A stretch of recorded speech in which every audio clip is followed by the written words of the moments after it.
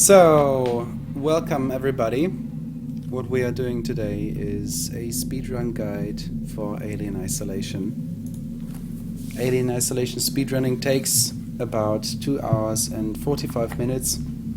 Pretty long run. Not that difficult, technically speaking.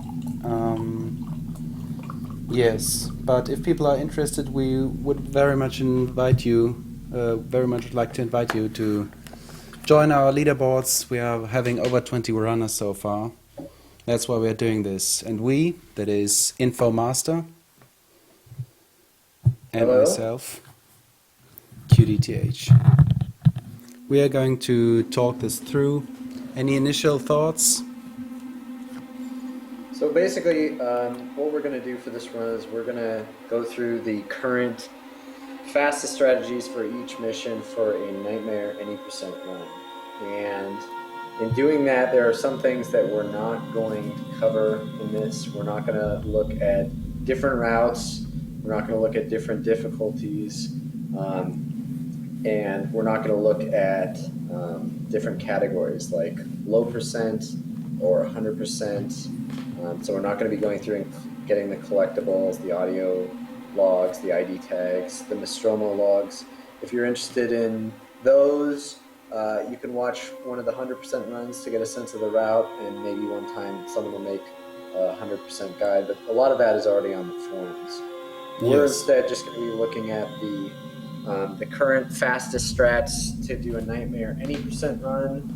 These will not necessarily work for different difficulties or different categories, or on consoles, for example. On consoles, there are several significant differences that won't be covered here.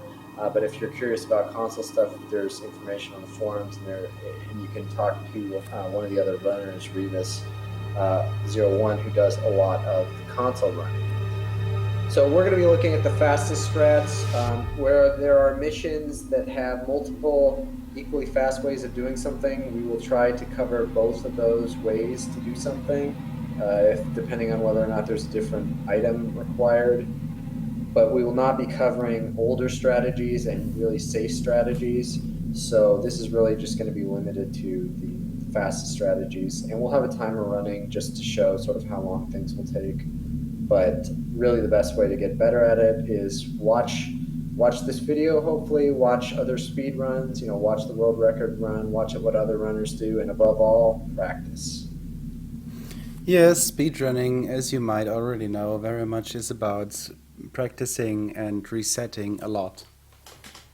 And it's the same for this run, although this run actually can be put through pretty easily with a little practice, deathless. So, yes, I want to add, we are actually really focusing on these fastest strategies, but we will also have a look at some different strategies. Some of them are actually much more safe than others. We are just doing this for certain points because we think it might be easier to get into the run if you know them. So I mean, you can always go the full storyline and have everything working the way the game wants you to play it. But of course our strategies are faster, even if some of the strategies we show you might not be the fastest we can use. So I think just in addition to what infomastr said. Yes, we're just gonna go, I think, sometimes in a mission. I will try to hold still if it's important and show some trigger points or something like that. So when the timer is running now, I'm not actually gonna have the real times that you can get, of course, but I will try to not make too many of these standstills and explanations. I will try to do that during running, and of course infomastr can add things that I might have forgotten in certain points in the game. So I'm just gonna start now. As you can see, another thing about the setup, Live Split is on top of the game in OBS. It is on the left top corner, and on the bottom left corner there is, what is this called, a no board, and with that you can see which what keys I'm actually pressing to do some of the strategies and how this is working.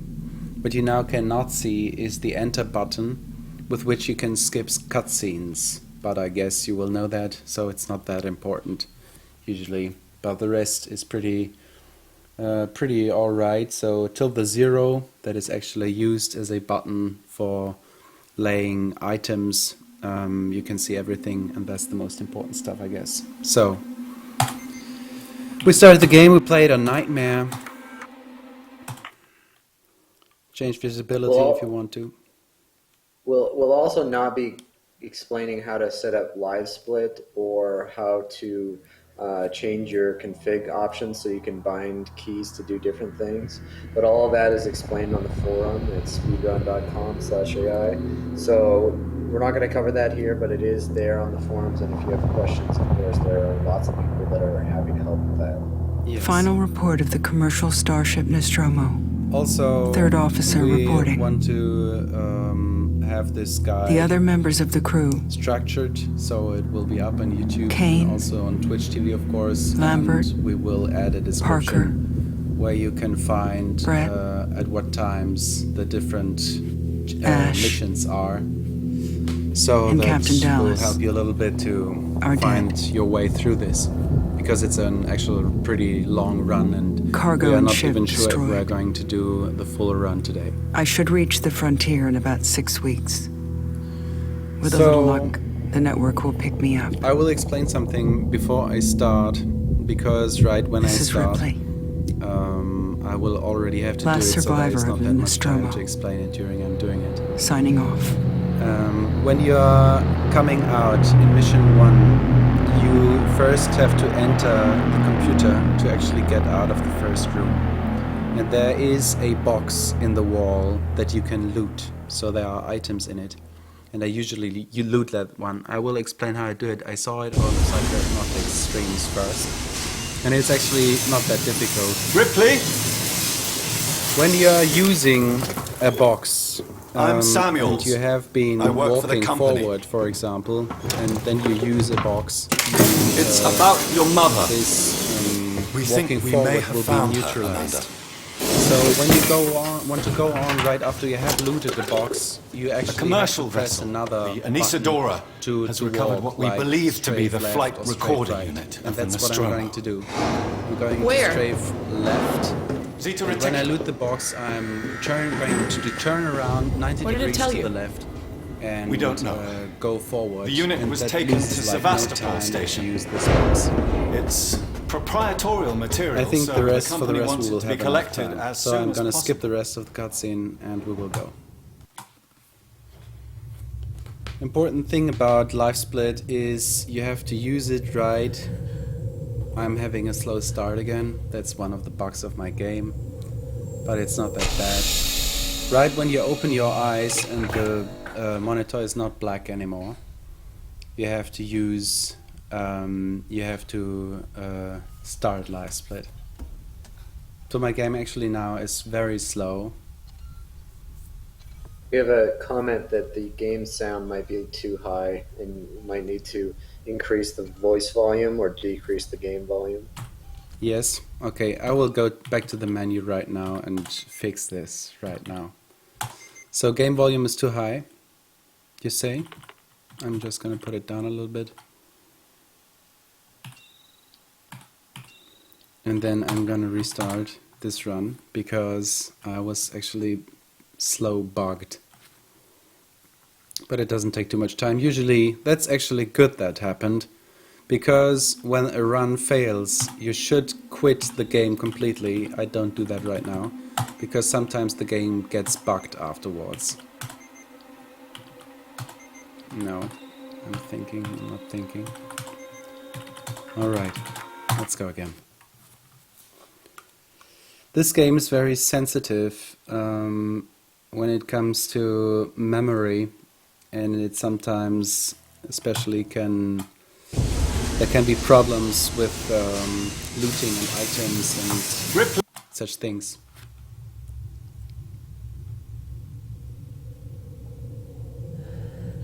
It's slow again. I don't know why.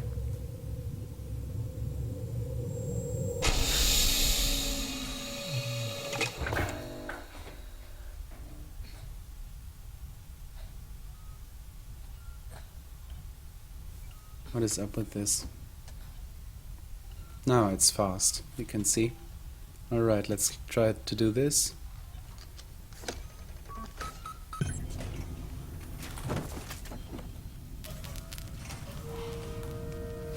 So what you can't see right now is that I'm having two different use options. Three actually. The first one is the T button. And the other two are mouse wheel up and mouse wheel down. That is especially important for starting generators or getting a grip on certain very volatile or fugitive items. So this is important. Here's the first trigger. It is right after this line. You have to step in this room and right go out of it again. It is important to start Samuel's first, the cutscene or the scripted scene,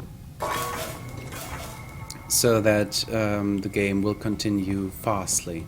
There is another trigger coming up, another dialogue partner, and it's actually right after these two. You see these this panel on the floor, and there are like these two little squares, and right after that there is a trigger. Taylor, good And morning. it's the same. You trigger it, and you go back to Samuel's. It doesn't really matter that much which way you go, right or left. We usually go right. I think that might just be a fraction faster, but it's actually not that much. Now you are back to Samuel's, who can go Is through Taylor totally. She's not a Right when he says her, you can go. Haven't seen her. I'll go check on her. But you cannot leave the room and go outside the door until he has said that word. Otherwise, the objective will not be met. Here again, there is a trigger. It doesn't start now. It starts here. Have you seen Samuel's? Loot this He's box. probably been up for hours. And then there's different strategies to actually see or have the right pace to open the doors. Looks like we're up. The first one is to actually meet Samuels. Listen to the footsteps. Open the door. Make sure he gets through without getting stuck at the door. Sometimes he stands still and you lose about a second or two. I'll always wait here a little bit without waiting too long to make him stop before Hope me. you all had a restful journey. The Torrens is in. If you have done everything of this right, usually It was a your wreck when I bought time her. will Took a few be years and a lot like of contracts to 2:49 refit. or She 2:50 pays for to herself now. 2:51 You said we're when approaching Verlaine Sebastopol Station. starts Are we talking. docking? I believe your contact is Marshal Waits, is that right? I'll hail Sevastopol and arrange boarding with him. Good. Let's get this done. Don't worry, Miss Taylor. Routine. In and out. Connor, how we doing? SMG loaded and calibrated. Here you Approach cannot vector use this lock. document Prep com so I too can say soon. hello. Channel open. Otherwise, Does everyone have their briefing documents? You can watch the You will approach on the get stuck. monitors. skip the cutscene and do the split if you want to do splits. Here is another trick coming up. Now, when it's going black and the circle is still there, press run. When you see again the picture, you can release run, and what it does is actually activate a glitch. This glitch will make you go faster in the spacesuit, because going in the spacesuit is always very slow, and there are 2 times we are getting this so-called fast walk glitch. Here you have to immediately get into this capsule to get your other clothes again. Go backwards on a strafe, you see that on no board. Also, it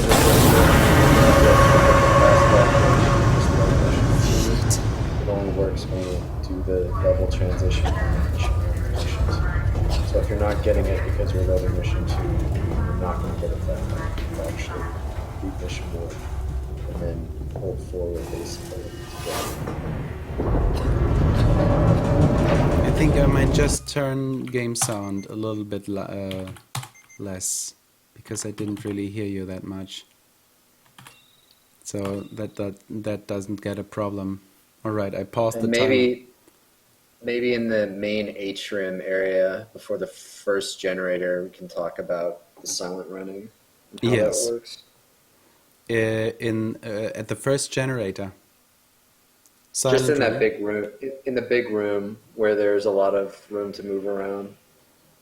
Okay, you can tell me again when it's coming up. I guess I know.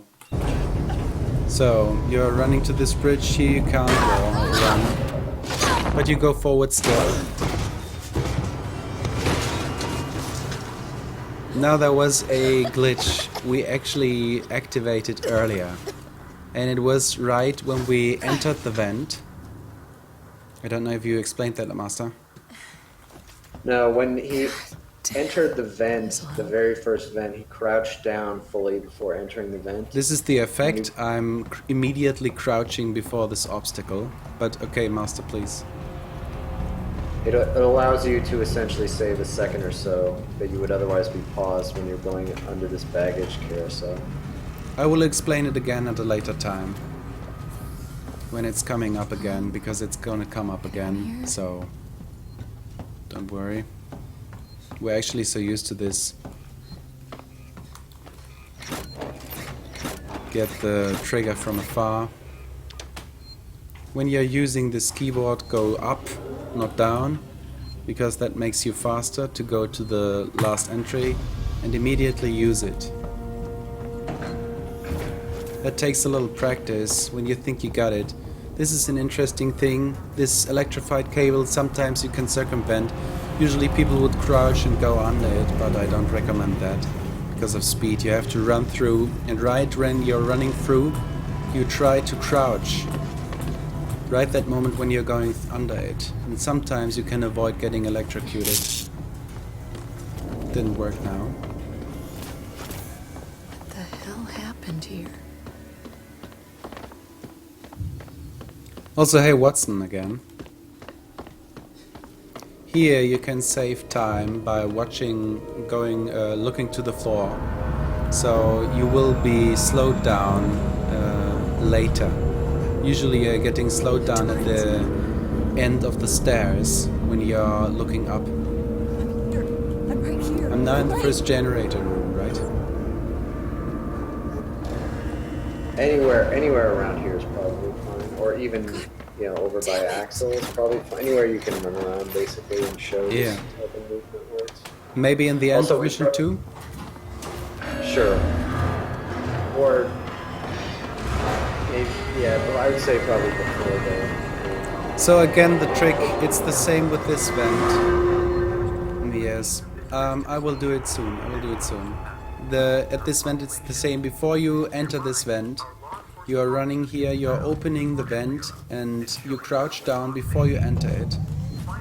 And now you are having this glitch again. So the game thinks you actually have crouched already, because sometimes you are getting to an obstacle you have to crouch under, and it needs a little time.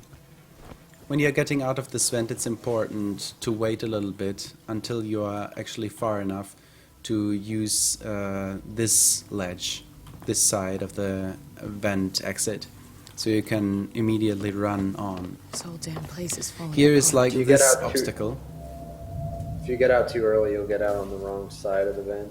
and that may cost you a little orientation and maybe a half second or something. Here is an obstacle, I have to crouch under it, and usually I would be stuck for a second now, because the game has to adjust the body of Amanda Ripley to actually fit in the vent. But because we have crouched earlier in the right moment, now we can just crouch under it and immediately go in. You would lose a second otherwise. And it's the same with the baggage control while we were crouching under. So this is very controversial. The next thing, Axel is going to run from the right side in the back of this room to the left side. And we have been thinking about this a lot, what it actually makes him run early and what makes him stay longer. So, I don't know, Master, do you want to explain what you are usually doing, and then I will just do what I usually do? So for Axel to run right to left, there are a bunch of different, like QD said, there are a bunch of different theories as to how to get him to run quickly. I usually do a small hop right before you get to the black floor. I hit the crouch button while I'm running forward, and Amanda does a small hop. And I find that tends to have pretty good luck in terms of having Axel just immediately run. Because if he doesn't immediately run, Amanda's forced to walk as long as Axel is running. So you want him to run right away, and if he just sits there and waits, then Amanda's stuck walking and it wastes a bunch of time. Several seconds at least. There are several strategies to do that. You just heard what Master did. You can see it from here. After you have crouched under this obstacle, over there is the black floor starting. So it's in the dark, that's what he means by black. And then he does he runs forward and does a crouch, so-called hop, shortly before going to the black area. I do it differently. I look to the floor, run, and right when I start walking, I suddenly look up, and that almost always works for me. So I usually would run here. I come here, I crouch under, now I look down even more, and it doesn't work. And now you can see what happens. I actually have to walk all the way up here. So we still haven't figured out what really makes this work or not. But usually it works for me that way. If you're just starting out, it's not a point where you need to reset or run. There's going to be so much time that you can save and lose in other places. It's kind of just an advanced few seconds that you can play around with once your run is pretty good. Yes. I'm gonna do Psychorunning in the beginning of Mission 3, I think. That's the best place to do it. Okay. So now we are coming up to what we call the jack grab.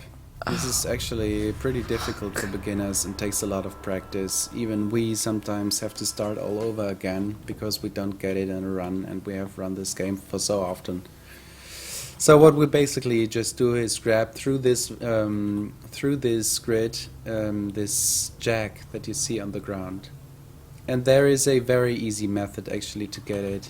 I'm thinking too much about it, that's why I don't get it right now. But usually what I do is look that this jack that you see on the ground there is a little bit hidden behind this front, what is it called, Master? The yellow bar. Well, the it's a yellow cage. bar. Yes, this yellow bar. So if you see here's the jack in the middle, and right when it's a little bit hidden, you can actually get the prompt pretty easily. There it is. You can also do this crouched. I never do this crouched, but it's said to be much easier. There it is. So what you usually would have to do is go in this vent all the way up and then land here, open this hatch and go on, and that costs roughly a minute, but it's more like 40 seconds I guess. So what we do is we come in here. I will try to do this on speed. There's a problem happening when you actually get this jack grab. You come here, you adjust, and then you use it and get out. Door will close. It's always that way. You can one cycle the door, but it's pretty difficult. What actually happened now is my camera is soft locked because I did that. I'm not supposed to do that. So the only possibility to get out of this soft lock is to go in a cupboard, use this one, and get out of it again. And that's what we do in every any percent run.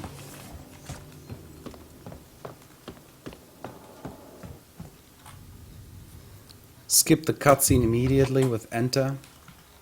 Let's go. Turn around. Seeks and comms is Open in the this Cystic hatch. Spire. It's quite a distance, but we can get to transit through the freight area. Watch yourself. There is a glitch sometimes happening when you are opening these braces. and that is that that you following me back there? you can't go on using the brace because it's actually consisting of two different operations.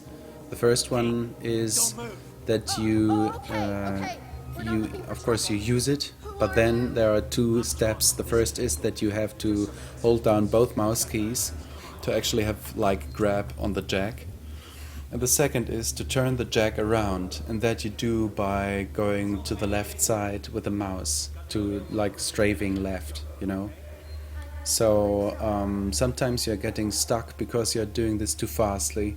And to avoid that, I usually use the brace What the so hell it's was that getting about? hacked Why are open. you so damn aggressive? And then I Everyone's wait for running the shit scared. signal. You can see Allow that me. in the middle. Place is old. Needs a special Um, touch. And immediately press down the two mouse buttons and then go to the left with straight left to get it consistently and what are you waiting without for? any delay. Hit the button. And the reason for that is really that this game has a tendency to want to drop inputs, especially I'd from appreciate it if you keyboards. told me what the hell was going So on. you Right might be holding now. down an input, and it's the same idea as when you get stopped to loot a box, and it stops your movement. Yeah. let me get to my You shit. might still be I need holding to know forward what's when you're going looting a on box, right but then fucking after you've now. looted the box, you're still stopping Like movement I said, forward. there's a A killer. lot of keyboard inputs in this What game does can that get even dropped, mean? so you kind I of ain't have to seen it, work but it's around here. that Picking us by off understanding one by that if What are you you saying? hit A too many psycho? A keys too person? quickly, there's a good chance the game is not something going to register it. A monster. And that's part of the Yes. reason why it's really useful to bind the mouse wheel to your use key, because the mouse does not have the same limitations as the keyboard in terms of dropping inputs. And that's why generators can get activated almost immediately. Whereas if you use the keyboard for it, it would be like you have to hit the key 10 or 15 times. At least we're Maybe it's safe not down 10 or here. 15, it's like Yes. 5 or 6 How times, long? I guess. I But it didn't takes a lot longer. Then we shoot the crap I out of didn't it. talk Now about shut this up. when I You're making me activated the nervous. generators, but you've seen what was happening. I was activating these generators with a mouse wheel stroke, and I actually have to be careful not to be too You'll have to go fast. random. And of course, I don't Follow want to me. be too slow because I want to be fast. But if I'm too fast, even there, the inputs are getting eaten. This especially happens in graphics-heavy environments where your frames are going down. And then Friends you of can't yours? activate I've run generators into as those guys fastly before. as when They don't like FPS are up. strangers. Even nice guys like So me. that's Yes, a it's problem in- of this game. Shocked. I'm It's pulling you entirely cheap, darling. You want tied to go and say to hello? It's your funeral. your Those guns FPS, happen and for if you sure. have low enough Someone should FPS, be doing including on something. console, you won't They actually are. be able to do it at It's all. called So surviving. if you have FPS below 45, then you're going to have an extremely hard time doing it, even if your mouse wheel is bound to your I've use. noticed. And you can bind that in just in your control settings, or you can bind it so You've been you have a use key on your keyboard and your mouse wheel. There's a guide on the My forums butler's on that holiday. explains how to do Grab what you that. need. You don't know when you'll get another chance. So to let Axel be fast and not be stuck here, you have to actually get Been near hunkered him down here for a again. week So now, what waiting I for do a is ship, I run waiting past for him you, to get I the guess. batteries. By G, I activate them or reload them, and then I go here to trigger him. As you can see, he doesn't go on talking because the trigger for his next sentence also It can is get in pretty this dark room around here. You to should get take that this flashlight flashlight. over there. These triggers all Make have sure to you're be stocked met up on batteries. in a precise, or let's say just in the right order, so the game progresses as Be careful fastly as not to flash possible. it around. You don't want to get caught. Let's go. Yeah, there are times where you have to be looking at an NPC, or you have to be standing close enough to an NPC to get them to activate a vent or advance the story in some way. So it's important that you're standing wherever you're supposed to be standing, or you're looking wherever you're supposed to be looking.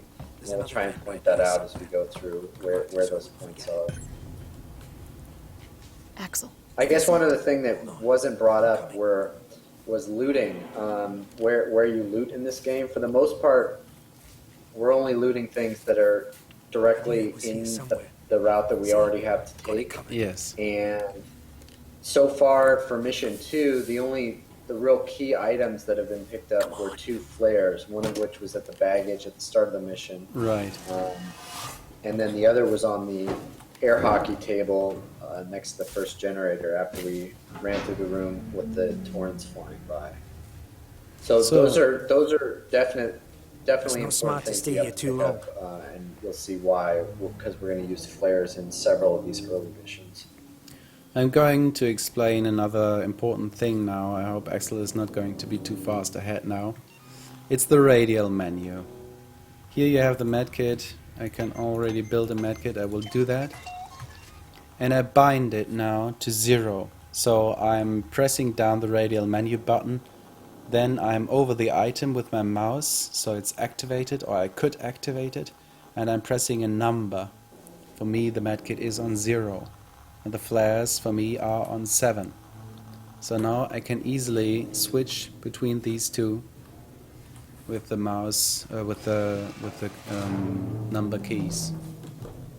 This is the That's way an everyone important travels thing, around here. and several Just those that want to items stay will alive, come, will add to that. I tell that Toilet, because so we that's will your now ship. need a flare. And this flare strat is Quiet. not that Hear difficult, something. actually, but you have to be precise in I hear what ya. we call Will do. Psychorunning. I didn't explain this so Gotta go far, meet but the I will others. do Something's this going in mission down. 3, and you can now have a There's look always something going down. how it's working. Come on. It's actually We don't wanna running piss him off. silently by We'll going make it. strafe, I promise. right, not left. Left is not working, Follow me. and running.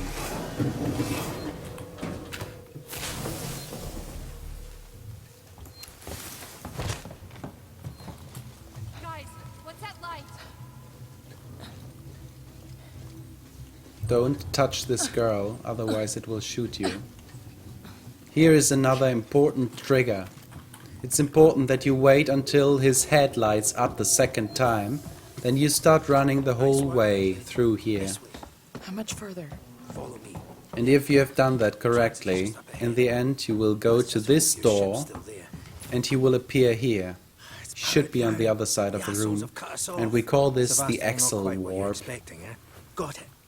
We need to activate both But you consoles don't have at to the be same too time. far away I'll from do where this I one. was You standing when I was looking at Okay. him to wait Supposed for to his be head here. light up the My second shipping out time. papers. Because Ready. otherwise this On won't 3. work. 1, 2, 3. Axel, behind you.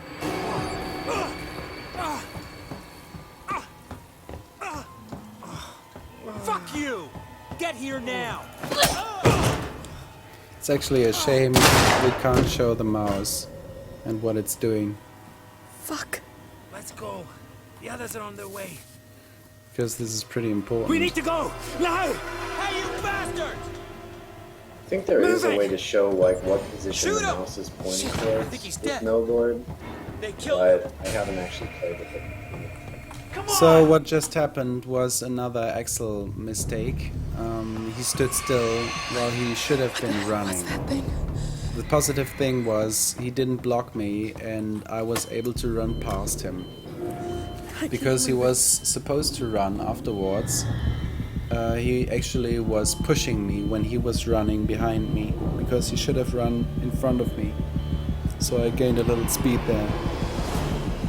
But that is random and not controllable by us. At least we don't know how to reproduce it. And at the end of this mission, after you've activated the tram, you can't run around, or if you are going to run around, you have to run around silently or just walk around. The alien is active at this point. Yes. The first time in the game. And it will drop if you're waiting too long. You can hear it in the vents.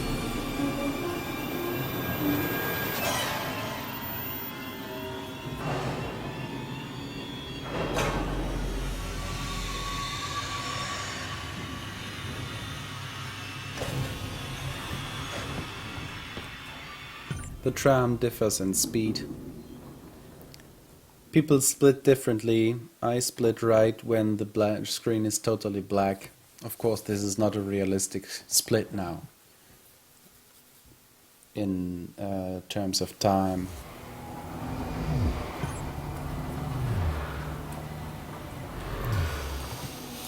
So usually when you're in a drum, you're having a lot of time to build up items, and usually you need that time. Well, let's say you need that time sometimes. So I will now explain how Psychorunning is working. Because the alien is not here right now, I can run around without any problems. So what I'm actually doing is I'm doing a combination of two things. The first thing is, let's start easily with the first thing is, I can walk forward, right? And you hear my steps. When I run forward, my steps are even louder. When I now moonwalk, which is going forward and strafe right, I don't make any steps at all. The same doesn't completely apply to running strafe right. I'm doing like half the steps. And to suppress these other half of the steps, I'm additionally crouching. And now I'm completely silent. And that is Psychorunning, because Psychohypnotic actually invented it. The thing about Psychorunning, or silent running if you want, is that you can't turn left. That's why you can't strafe, go left and strafe and crouch. It doesn't work. You still make steps. It only works for the right side. But you can go right. So if you're not doing this like me, usually at least 90-degree should be totally possible. But if you're going left, you have to do big circles. I usually like to say that it's left. You can do left turns with this, but it has to be a gentle arc. Yes. But there are a couple other ways you can get around this. You can drop and crouch and then turn, or you can do, I guess you want to show the 270-degree spin. Yeah, the 270-degree spin is actually when you have to go left. So I want to go left now, but I can't. To do this silently, I have to do a Psychorunning spin. And this really pretty much works consistently once you've known how to do this. And I don't even stop running and everything. I just go on. Do the spin and go on. There is another way to do left turns. I never did that. But it's actually running, Psychorunning, and then crouching down and going on. When you are starting to Psychorun, and especially in FPS heavy environments, you want to spam the crouch key a little bit more. So this way it will actually be consistently silent in the beginning. Sometimes you're especially making steps in the beginning of Psychorunning. And you can avoid that by increasing the rate of crouch. But you can, when you first have done are within the Psychorunning, do very long strokes. No problem, but there's of course a limit. Okay, we don't need that now. Yes? One other thing to note here is that by default this game runs on a very low field of view, or FOV, and it can be harder to see where you're going when you're using the silent running technique on a lower FOV. Yes. So most people, I think everyone that's running this game pretty much, except console users who can't change their field of view, are using at least 75 field of view to play, because it gives you sort of a more pulled back angle that allows you to see where you're going a little bit easier. Nobody runs this game on 4:3, but I will just show you for a second what effect this has. You don't see anything. And my video settings are actually at a field of view of 60. But because I'm having a 21:9 monitor, I want to run the game on 2560 times 1080. And of course then I can see pretty much. But the same also goes for going on an FOV of 70 or 75 on 16 to 9, so it's still pretty, you can see very much. Alright, let's go on. I'm going to run here all the way through. Here you just walk, run all this way, diagonal through the room. You will be crouched automatically. The fastest possible way, and best thing is, it doesn't really matter that much, but I always go to the left side. Now I need Psychorunning because I want to run past these guys that are actually coming from over there. From there. I can still run here, but I will have to Psychorun as soon as I'm up the stairs, so they won't see me. We find her and we kill her. When I'm turning right, I'm actually have to activate this button. This is a glitch. I will explain this right now. Come on. I'm not going Yeah, down I'm there, gonna no explain it way. right now because there are some other things coming up. Got your hack. When you are coming back and didn't want to work. finish We'll this find another mission, way you out. have to We've go been here through too this long mission already. again, this door upstairs. And because they are locking you in right now, when you are shutting the door yourself by pushing this button, the door will be glitched open automatically when they actually want to shut it down.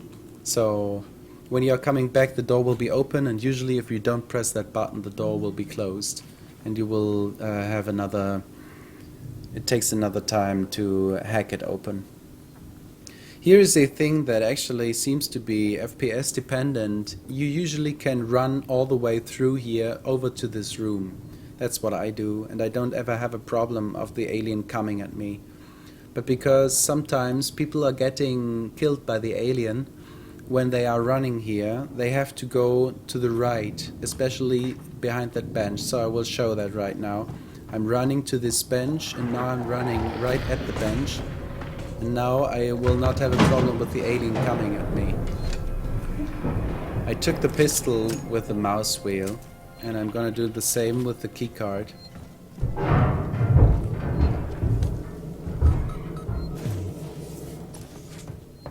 Here you want to pick up some loot that's in your way.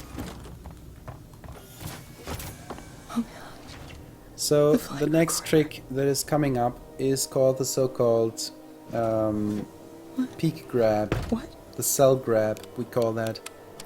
Because for the hacker to actually work, you know, you need an item behind these shelves that you have to move away.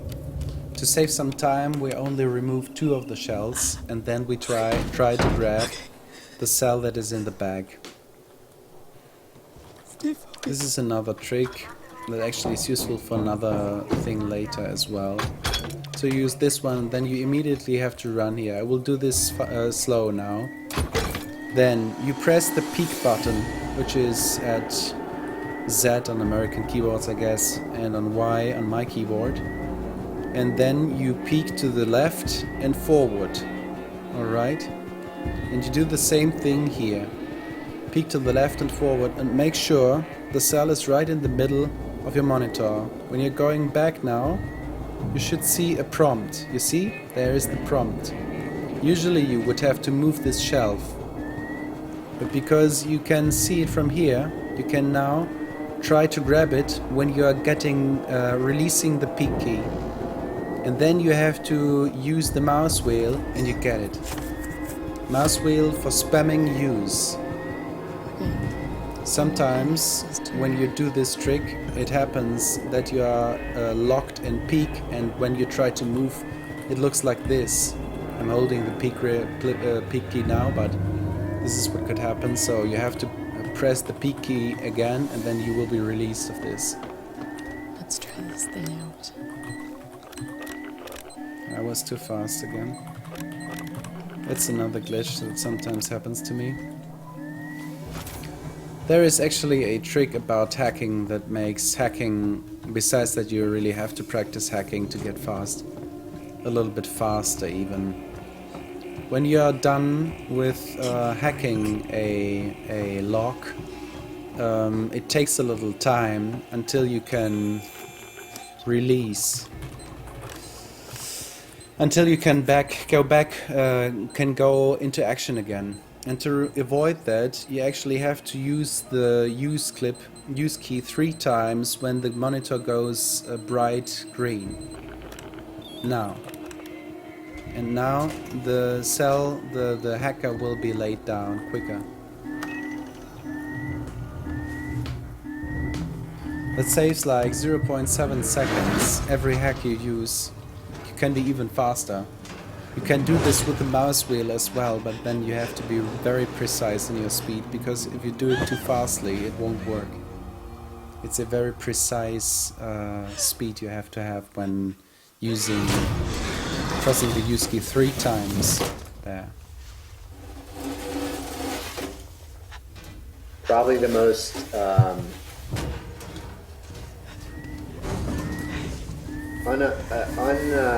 obvious thing, I guess, that didn't occur to me for a long time after I started playing this game was that the hack symbols, when you're starting out, it seems like, well, you know, the symbol pattern is random, and it is random, but the position of the symbols that ultimately get input are always in the same pattern.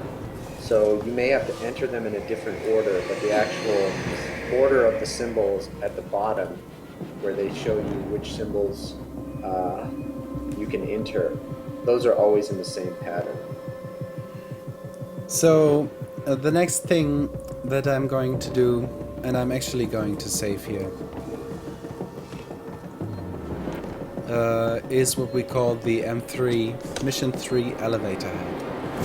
That is where most people die constantly, and we have been dying there also, and we still die there sometimes. But it's like 25 minutes into the run, so it's not that bad. What you actually do is you have to follow a very certain pattern, or it's not actually very certain. It's actually pretty easy. You can Psychorun the whole way, and then you have to be very fast to hack the elevator. It is that you can run until here, right here, and before going up the stairs, you have to Psychorun. And then you can practically Psychorun the whole way, and there will be different patterns that might be... What is this? I don't really understand why the door is closed. This, of course, has never happened before. That's pretty weird. So the door really usually would be open. The alien kills the first guy. That's a very unusual pattern. But it doesn't really matter, because you have to be fast either way.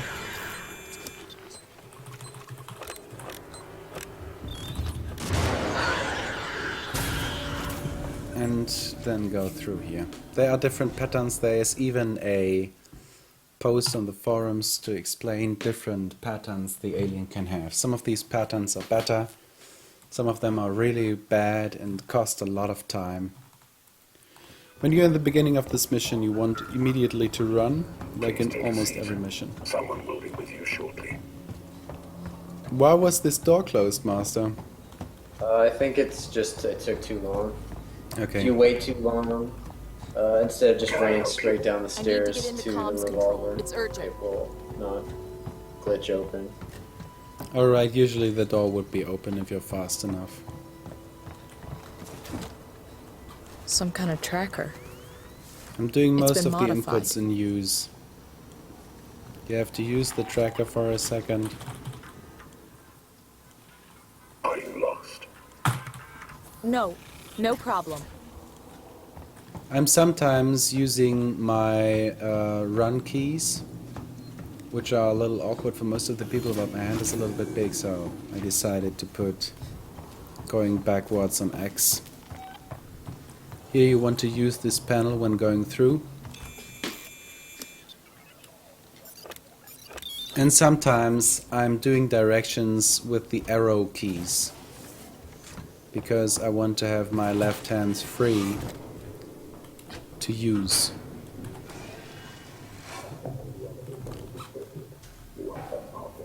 Let me pass. It's me, Hughes. Don't you recognize me? When you're starting out too, there are a lot of boxes communications. that we're running past here, but it's definitely, Get back! I'm warning I you. think, beneficial to loot some of that stuff that we might be running past, because you can't have really too many items on a nightmare run. Not to say that you need to go running all over the levels to try and find every piece of loot there is, but we are skipping past some things that, when you're starting out, would definitely be useful to pick up. Different runners take different amounts of boxes to loot, and they sometimes need the items more than other runners or are used to that. Of course, looting always costs time. Here you have to be silent, otherwise the Joe will be coming out. It doesn't really matter because he will be fast enough to enter the elevator anyway. But there is a box in here again, so because I have the time to go on, I will just do that and get that box. I'm a little slow now because I actually missed the sensor the first time. You want to be at that door opening, elevator door opening,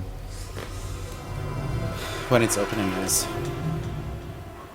So this is pretty simple, everything you just run through, there never really happens anything to you. If you're not doing a serious mistake, you might think when you're a casual player at first, the Joes might get you, but they are just too slow. Always. At least when you're running in. When you're running out, it's a little bit different.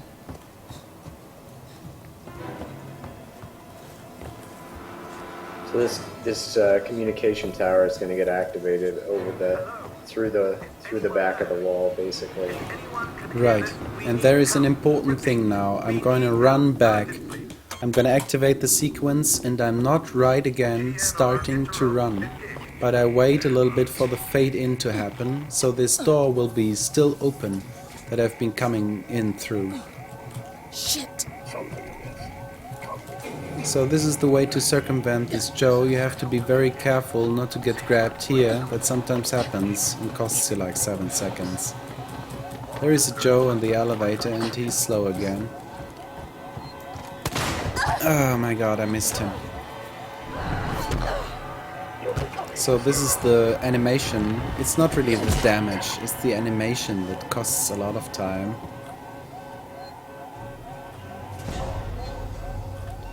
And of course we have to use a medkit anyway because we took some damage earlier. This is what frequently happens. Imbalanced item management. Items you get. What did you want to say? The Joes will often, when you pull a weapon on them, they will often do a fast step either to the right or the left. And it can make it difficult to predict exactly which way they're going to go. But basically, there he had to shoot the Joe before getting into the elevator, or the Joe would get in the elevator with him. And then you have a problem, because the revolver only has 6 bullets, and it takes 6 bullets to kill a nightmare android. So killing the Joes is not an option here. What I did there was attract another Joe. This always happens for me, works for me, by what we call psycho hopping. That we are running forward and using the crouch key frequently, and we make a lot of noise that way. And because I was right at the window side, the Joe thought I was going this way, so he didn't come get in my way when I was going through the last door in the hallway again. And with this mission, it's really about speed. You can get killed by the alien in the vents, but if you're going quickly, you'll never get caught by the alien. So if you end up getting grabbed by one of those Joes in that last segment, then the alien can be fast enough to get into the vents in front of you. But if you don't get grabbed by doing that running technique, you will never get caught by the alien. Yes. The alien is active in mission 4 in the end, and when you're coming back to this area where I'm in now. I'm waiting until the screen goes completely black, then I split, This was mission 4. Yes, mission 5 is what many people fear a lot. It is actually very easy in a speedrun. There are just a few things. I mean, once you've established your top time, it's pretty impossible to get a better time. Besides maybe hacking speed and such things, because there's one hack you have to do. Ripley, is that... This is another mission where the alien is just completely dumbfounded, and he takes so long to come out of the vent that we are able to just run ahead of him the entire mission and do the entire mission, which is probably a 2-hour mission or at least an hour casually, and can do the whole thing in two minutes, I think, after we get to the part where the alien is active.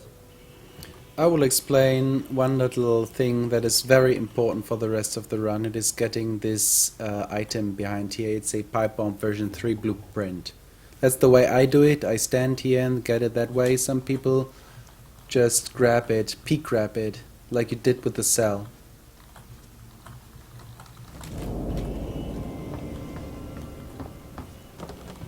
You need that pipe bomb later. It is not something that you're supposed to get until, I think, mission 16. 16.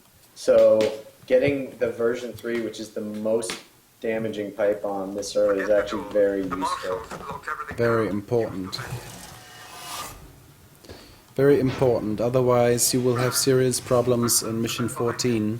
It's not really used for anything else. There are different strategies for different levels where you could use the pipe bomb, but it's not necessary. It's really... I mean, it's not necessary either for mission 14, but it's pretty good to have it. So the alien here is not active until after we go into the room with the computer that has the key code that we need to get, which is 1702. So there's no real risk until that time. Trigger. And then after Ripley, after I that, need to yeah, find a exactly, the doctor. trigger. And then after that, friend needs we're help. basically running, Medical and supplies. the alien has such a long drop animation coming out of the vent that we can do the entire rest of the mission How do we get there? before he finishes that. And mission 5 is done. Yes, pretty easy principle. I couldn't believe it myself when I saw it the first time, but it's true. So we can run the whole way down. We can actually run the whole way anyway. It's pretty unbelievable. Come on. Let's work together, huh? Mutual benefit. The area you're in was far more unstable. That's right. Along that corridor.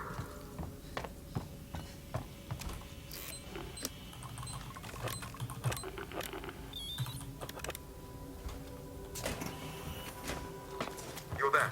That's Morley's office. The passcode should be in there somewhere. Have you found the passcode? Look, we'll need the physical keycard too. Morley always kept it up. Find it. Relax. So now you see it takes ages to come down. Focus on finding that keycard. I actually entered these numbers on my num block.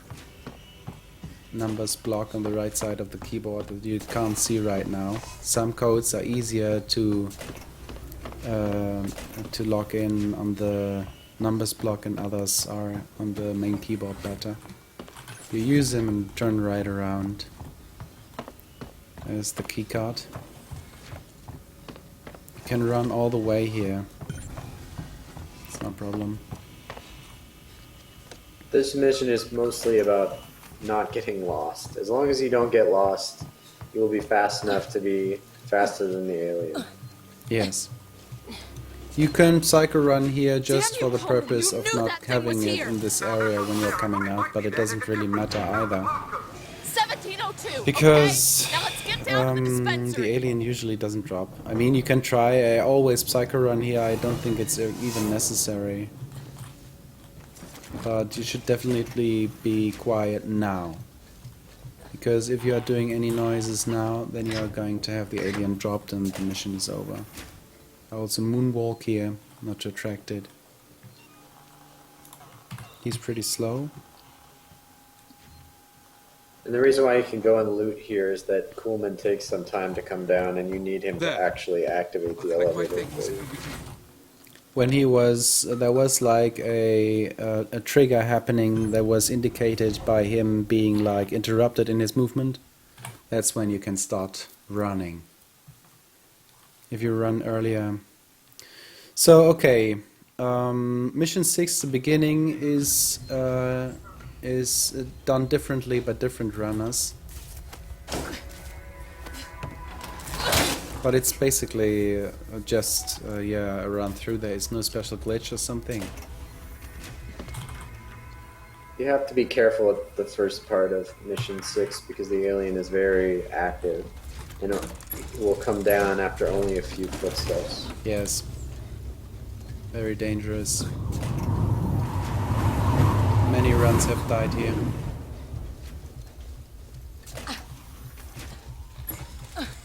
When you're starting out, you can just walk or moonwalk and until you get a feel for how to move around these corners quickly. Because the alien does not give you a lot of freedom to make noise here. There's a Dr. Lingard, senior medical officer. And once it's dropped, even if you can evade it, Her office. you will have a really difficult time to go on in the next part after the ladder and the drop out of the vent. Because it will be there all the time and you need some time for yourself to push in the code, to get the code from the computer, to get the keycard, to run out and so on. So it's not good to have it dropped. Here's And a we box. should talk too. Yes? We should talk too about some of the menuing on, I guess, the terminals. What menuing we're doing, because it might be a little bit too fast for people to see. So for this upcoming terminal, we're gonna hit use, and then the down key. Yes. I don't know. I can easily show all of the keyboard if that's wanted. Maybe I should do that. I'm just gonna do it.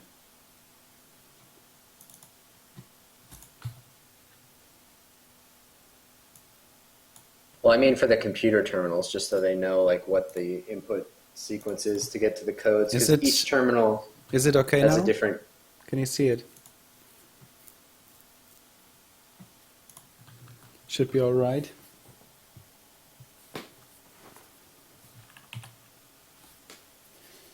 So because... It's good. It's good. Alright. So I go on. Now we have a flare strat coming up. You use this keycard. Samuels. I was a little bit I'm on my early way. activating the flare, but it doesn't really matter. You activate the flare, you go out here. Oh my god. Oh my god, what did I do? Impossible. That was actually because I activated the flare. Because when the alien is in the vents and you activate the flare and the alien is near, it's like it can feel the flare or something. The same goes for humans as well. That's part of another trick we're doing later. I activated the flare too early. There.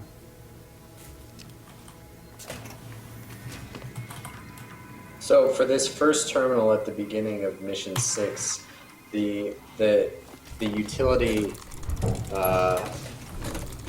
the cooling has to be reactivated, and it's at the bottom of the menu on this in-game terminal. So he's going to press up and then scroll the mouse wheel to activate it, and then exit out of the terminal quickly. That's what that input sequence looks like.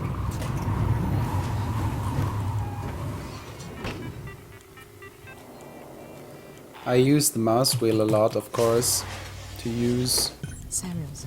There's a Dr. Lingard, senior medical officer.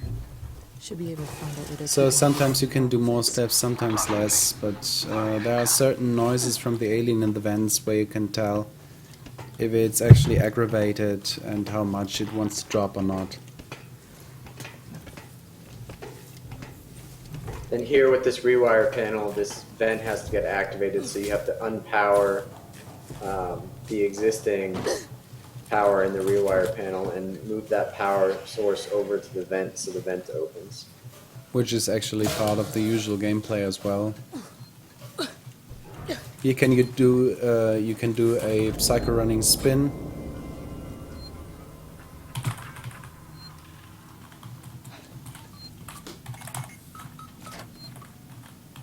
Get out the flare. Don't use it, I'm on my way. because otherwise the alien will drop, as we have seen. Now activated. Throw the flare to this wall, right in the middle of the room against the wall. Yeah, I was a little bit loud Samuels. now, I've got the meds. but there are no humans in my way. Usually you can hear that already when you are entering the room where the body is and where you get the box. This is one of the... Yes. Yeah, the tracker will beep if there are humans there, and sometimes the tracker will beep even if there are no humans there. But if the tracker doesn't beep at all, then there are definitely no humans there. So it has false positives but not false negatives. So even on Nightmare, though the tracker is largely broken, the beeps are still very important, at least for this mission, to tell you whether or not there are potentially humans there. There's an item up there, you can see it from here and collect it.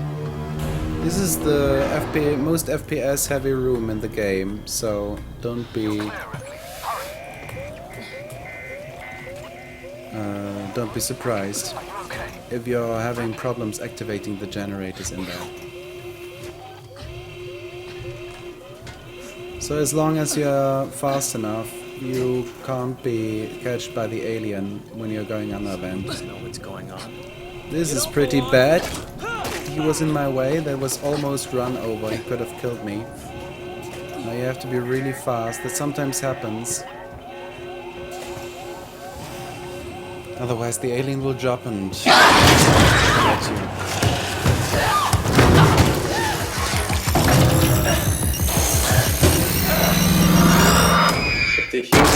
If the human, that fourth human, is facing you on the way back, you may have to actually kill him. If he's not facing you, you may very well be able to get by him just with silent running. So, There is a medkit on the floor. Get it, always. It's very, very useful when you get just put it there, but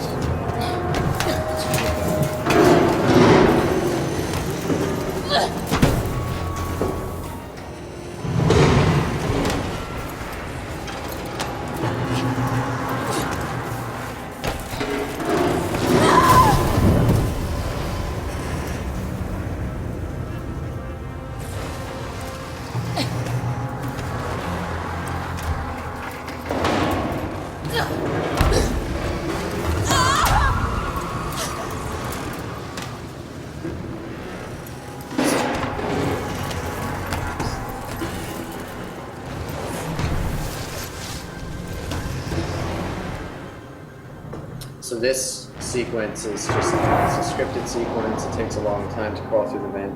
You take a bunch of damage when you get up the final ladder that you can't see because we're on Nightmare. But it's why it's important to manage your loot, manage your inventory, and when you're starting out, definitely loot more than you think you need, because there are scripted damage scenes like this one. Where you're losing health even though you might not know it. medkits might always be an issue, especially in the beginning. So this was mission 6. Mission 7 is now coming up, and there are several strategies we want to show you. It's basically 2, but it's also varying considering RNG.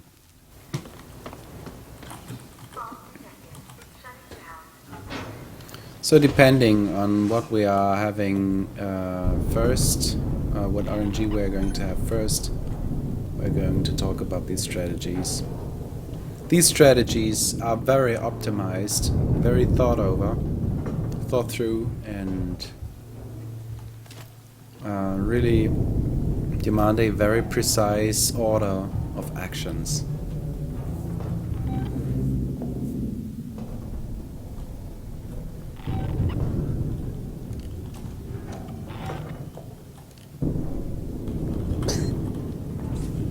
There's a piece missing. I was hoping to get that one first. Could be more of them. Just shoot anything that moves. This is so fucking. So, what I actually did there was go around them with Psychorunning without activating them or getting their attention. Now I'm running up this futon. That's why this is called the futon strat. Here, because it's actually having like an angle. I can run in the warehouse right now because the alien won't be there. Now play nice. And because I silently walked past these guys, they were killed by the alien. It activated the so-called drop animation. If they see you, you will notice. Because they talk about you. Have you seen that or... How can I help you? Now this is... You have to kill this Joe to go further. Components warehouse. And that you do in this exact order. 2 hits on the back. Down, okay? Stun him. 6 hits in front. And I usually shoot him then. To avoid a slow death animation. Now here I start to Psychorun again. Pass this key. And be activated with the mouse wheel when I'm walking by. I always get this blasting pin, not everybody does, because it's pretty useful. And there is another blasting pin here, 2 blasting pins. We want to build a pipe bomb that you need for mission 14. Sometimes blasting pins are very scarce, so you need to get them. So as you can see, the guys are not there anymore, and I can just Psychorun past, go to the elevator and go on with the mission. No problem whatsoever. This is a very safe strategy. So I will now show 2 different possibilities or alternatives or variants of this strategy. Or let's say one variety of the strategy and then another one. The spot when they spot you in the flare? Yes, right. That's important, because you don't always get the good RNG here. And then you need a flare. It basically works the same without just 2 little exceptions. Or maybe 3 exceptions. So I will now go past them and make them aware of me to actually show you. There's a piece missing. So this guy here is still on the left, but I'm going through the middle. They now realized me. I'm Psychorunning the whole way. I don't want the alien to be in that back warehouse, and it will stay in the first part of the level. I'm running up here. I don't know why it didn't work now. There it is.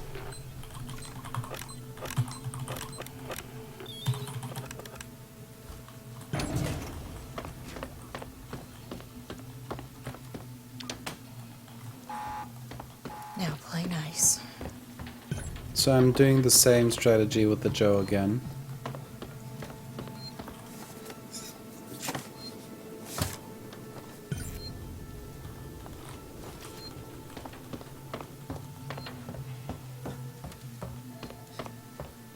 And I'm going behind him because I want to push him towards the door, so the way won't be too far.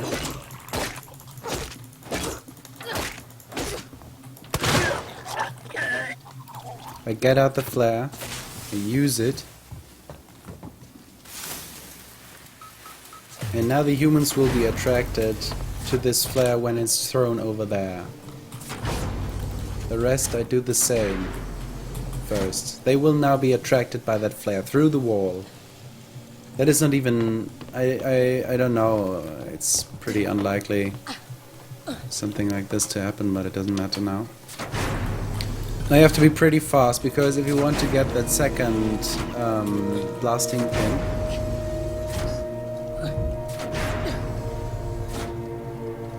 sometimes one of the guys gets stuck here. I will just show you. There they are, right? And now I can go on. The rest is the same. And now another strategy that we have been working on. If you don't have a flare, and this is actually pretty risky, but if you do it correctly, it will still work. This will take a lot of practice to get it done. This third strategy. And it sometimes even goes wrong for us, so...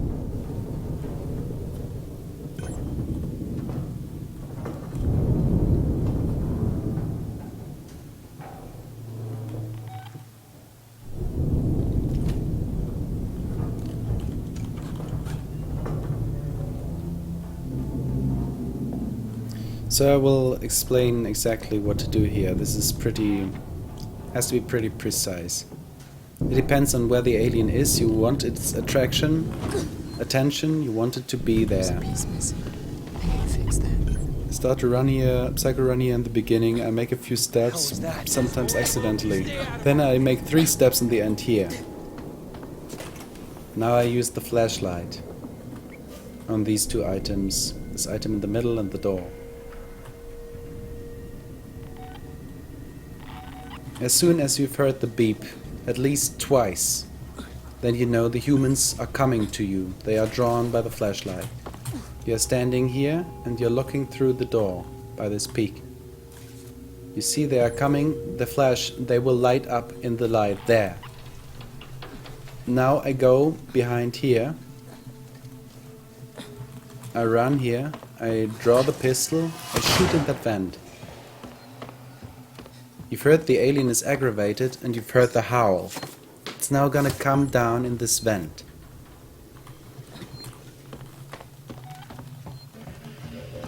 You hear it in the vent? Over there, something moved. Now it's coming. Oh, I did it wrong. You see? Man. Okay, I'm gonna try this one more time and then we are just gonna go on, right? Yeah, I think so. So this is definitely, the flashlight strategy is a lot more finicky and sensitive. Yeah, it's pretty difficult. It almost worked. What I actually did wrong was that I was running towards this guy that I killed with the jack. And so the alien knew where I was. Usually it would just run in the hallway and don't see me because it wouldn't hear me. And then it would kill the other 2 guys. The futon strategy, either getting the alien to drop or not having the alien drop and using a flare, is much safer than this. And so definitely when you're starting out, you're not losing that much time. Especially if you kill that android by you can throw a pipe bomb at the android even, and you can be as fast as this flashlight strategy, but it does cost you a pipe bomb. So when you're starting out, it's probably better just to do the futon strategy, and then when you get a really good sense of how mission 7 works, you can work on this flashlight strategy. It's not actually that much faster, so...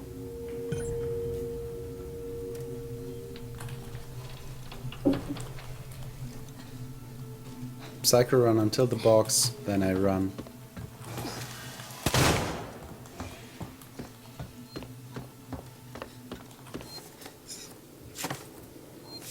Gonna loot the body.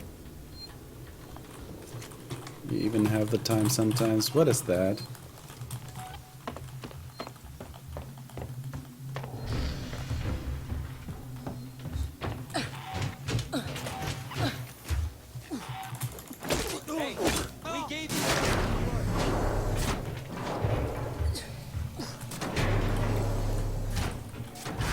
So now it worked. It will kill at least one of them. Sometimes the other one hides. It's a little unfortunate.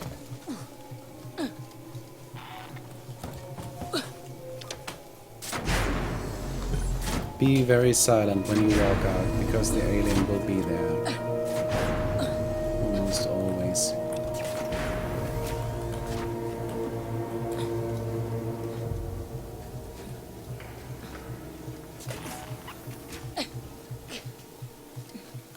Alright, it seems like it killed both of them. You see there are the bodies. At least one of them. There's the other one. So I traced them right back here. This strategy is not easy.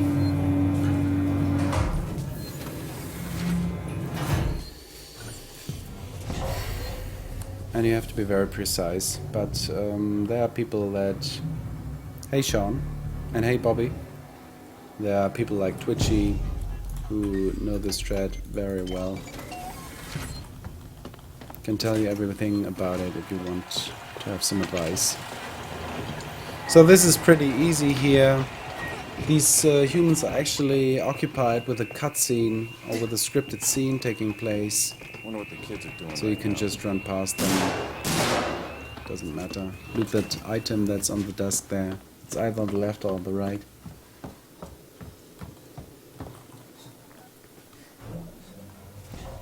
And now we have a pipe bomb, which means that there are 2 ways to actually do mission 8, which is coming up. Alright, so we'll do both of them. There is a very fast strategy without a pipe bomb, and I will just do it a little bit slowed down.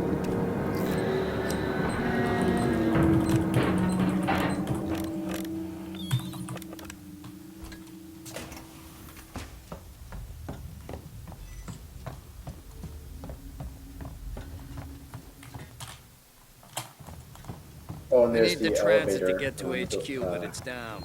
Transit control is upstairs. What do you say? Samuel says Yes. The elevator engineer. and brace. Go make Cliff. yourself Yes, okay. seeing as you screwed up. Yeah, so the next thing coming up is activating the elevator before unlocking the brace. That is pretty easy. You see there's a brace in front of the elevator, but you can actually use it before, and that's by doing this in a certain angle. So when this is 0 degree and this is like 90 degree, alright, you have to do it at 60, and then it's always gonna work. You activate it and then you remove the brace. It's pretty easy. And you have to look down, completely looking down, and then 60 degree angle. 45 doesn't work.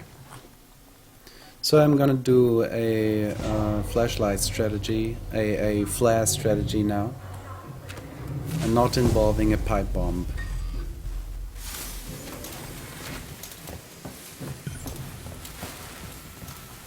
That is the way I always do it.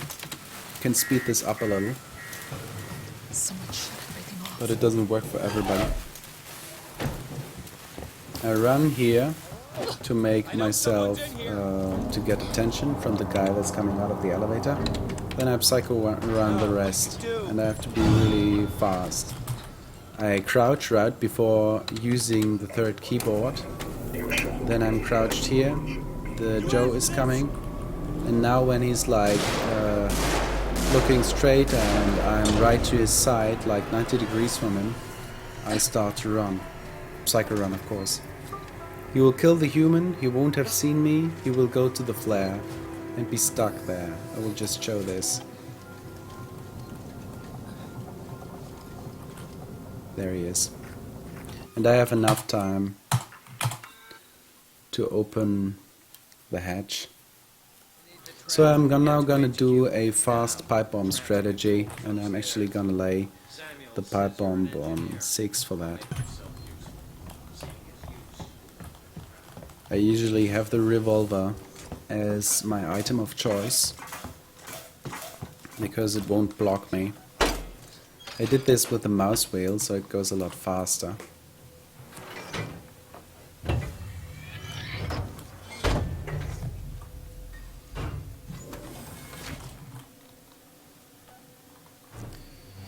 So for this strategy you also need a flare. It's pretty easy. This time you just throw it frontally this way.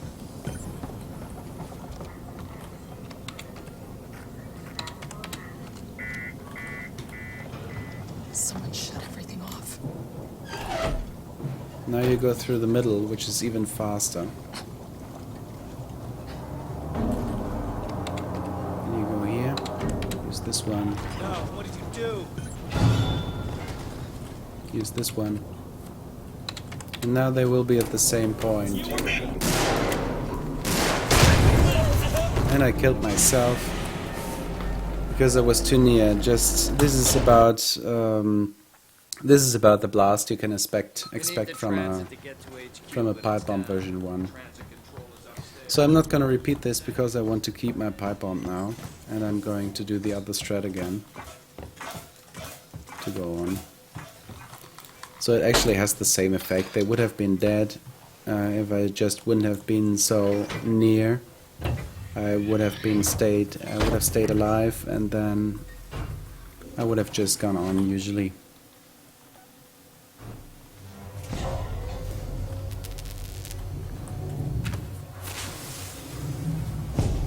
So there's an earlier pipe bomb version that you can get in mission 5, but you want version 3 because by the time we get to mission 14, the suited androids are much harder to kill and they don't die to a single pipe bomb version 1. Or even version 2, I think. They don't even die to a single version 2. You actually need the version 3 so that you can just blow them up immediately. But the downside is that when you're doing this early mission, if you're going to use the pipe bomb here in mission 8, you have to be far enough away from the blast radius that you don't actually get caught up in it yourself and die. Because it's quite powerful. Yes. Several runs have died because people have been standing too close to the impact of a version 3 pipe bomb.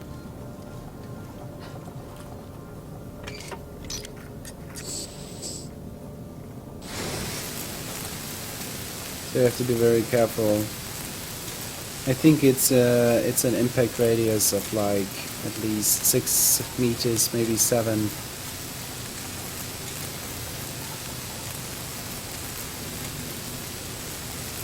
As you can see when you are watching how I'm moving my arrow keys, this is not very symmetrical all the time, but you're getting used to it. I mean when you're cutting this hatch open.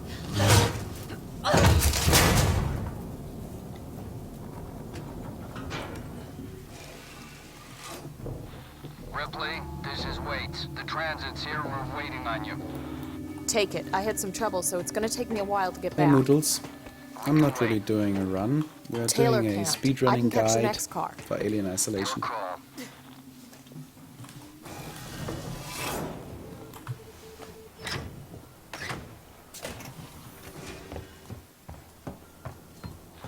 Ripley, we heard voices as we left. You Watch can yourself. run here, no problem. To avoid the humans getting down, you scare them off with a shot on the stairs. Now they will just stand upstairs and don't come down. You can stop Psychorunning. I don't even think you have to Psychorun after shooting. Loot some items that are lying down here. You can shoot the stairs right before or right after you press the button there. Most people are doing it after the button just because you want to call the tram as quickly as possible. Right.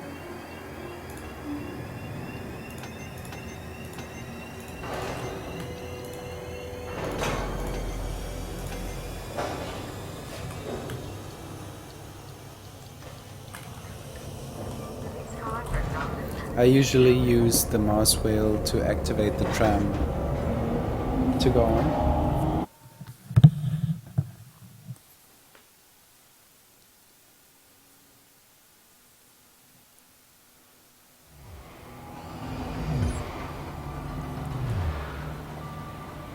So, yeah.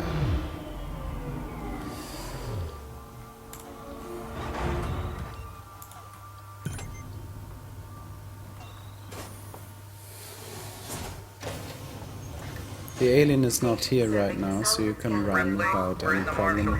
Same of course goes for mission 8. I mean the beginning of mission 8. Just get up here. Waits out.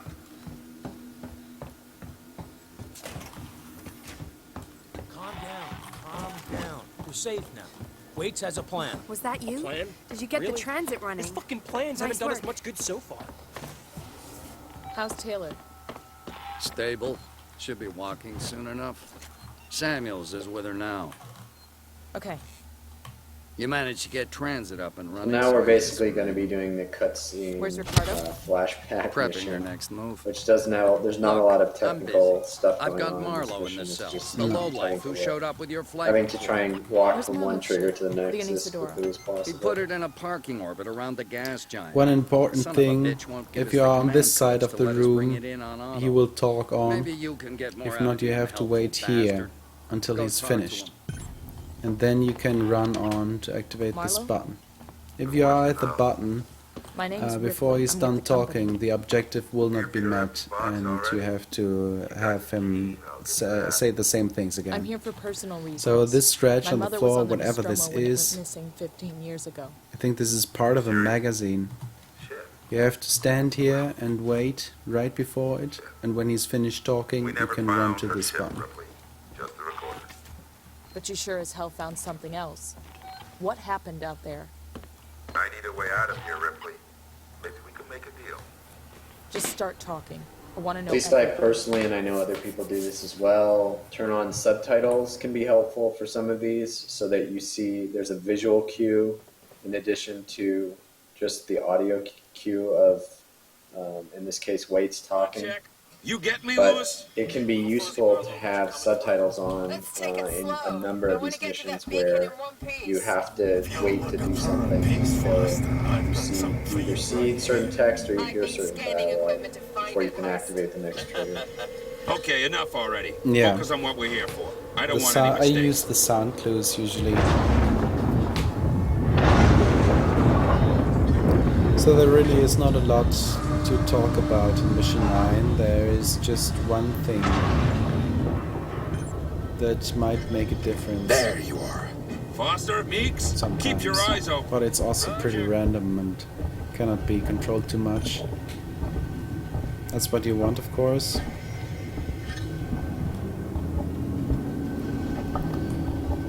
Yeah, pretty much walking. Pretty nice mission in a casual playthrough. Because we always wanted to know what this all looks like.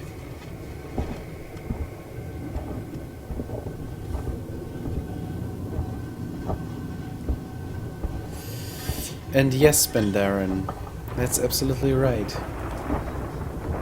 No, I'm just joking.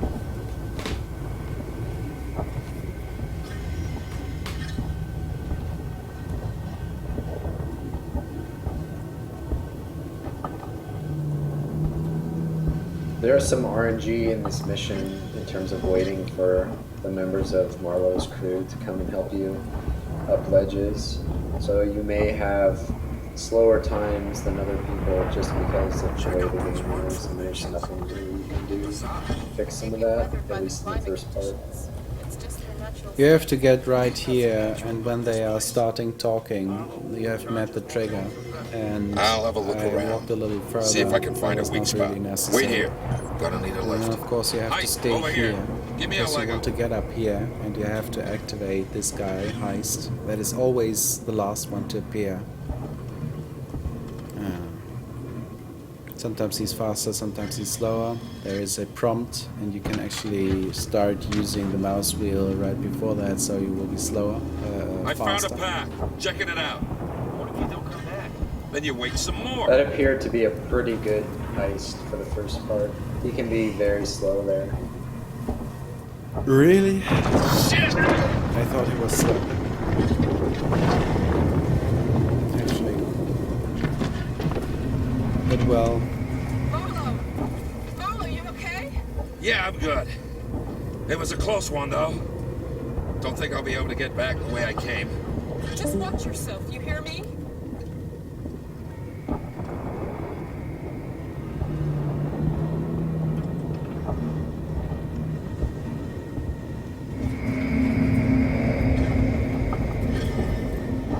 unfortunately there is no run on this mission, so we're stuck just walking through space. And it Stay takes about put. 11 minutes. I think I found something. Yes, even if you could run, it There's a wouldn't make fissure a in the rock. difference since Stand you back, have to and then wait I'm for on. your crew, and for heist. And that's pretty unfortunate. So it doesn't really matter.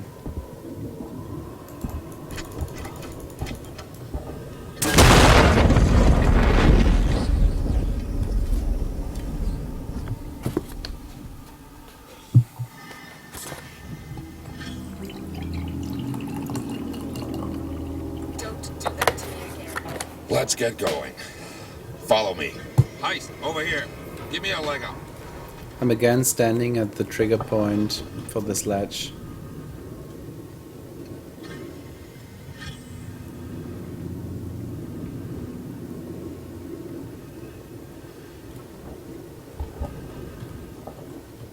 Walking simulator.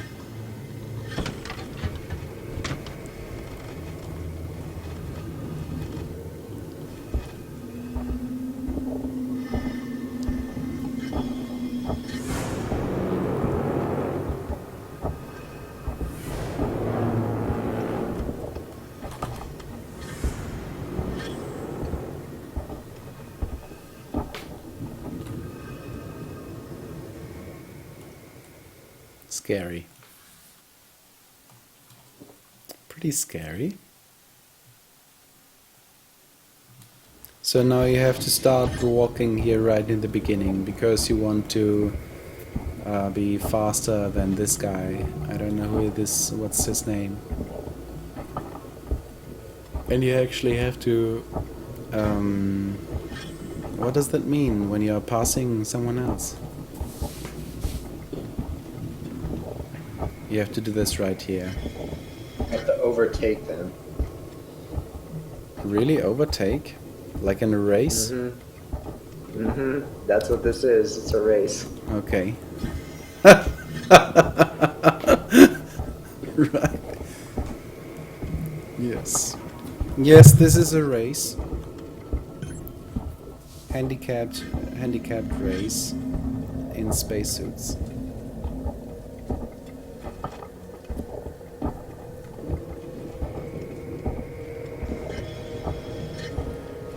But at least we can enjoy the landscape.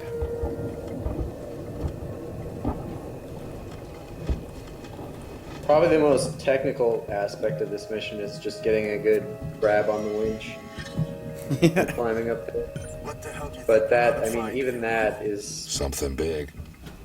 A difference of less than 2 seconds, probably. Maybe a second and a half. I don't know if this really kicks in at all. Because actually, if you are just looking at it and coming from a certain direction, it's just a question of being awake or not. And push the trigger or get the prompt. It's not really difficult to get the prompt either. I think if you're too close, you're gonna have a problem. Oh my god. So you get This it is from the light. mission. Careful with what you touch. Yeah. This is the mission that you get to do as a nap right before mission 10, which for most people is until they practice it a lot. Mission 10 is probably a more difficult mission. Yes, mission 10 is interesting. Damn it. We're wasting time. Have a look around. But this is just going It was a life form. Now it's our property. objectives. Salvage and rights. you can't even go fast. There is no danger at all. So what I'm doing now, this is Then the we'll take only what we can and technical come back. aspect really in Have a this look around, mission, see what else is is when here. you have reached there, you go back and you try to Tracks. slow this guy down, because if he's too fast, he will kneel down at a certain point, a little bit distant What is from it? the trigger. You always want him to go right from you, because then he goes farthest away. It's impossible I to can see stop that. him, Shit. and if he's locked in to go forward, he won't be stopped again. That's the case now. So now I don't do Let's anything. find out. I'll I'm find the actually beacon and driven. shut it So off. now Don't want he's anybody looking else for finding something. this He place. goes Foster, away from Weiss, the sledge, Check out the cavern below. and now he wants to kneel down. He doesn't do it. So I made a good job.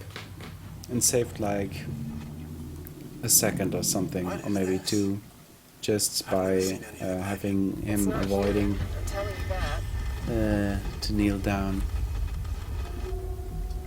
Sometimes this can be really fast and he will be very close to the ledge, and then you save like 5 seconds or something. That's really huge, but it's pretty random.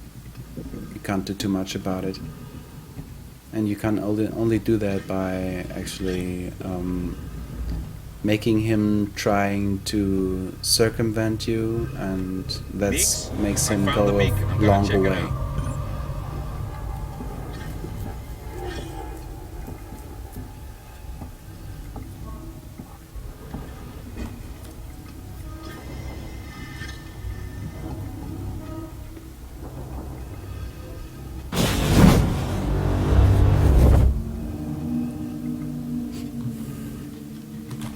Don't know what happened, but the beacon stopped broadcasting.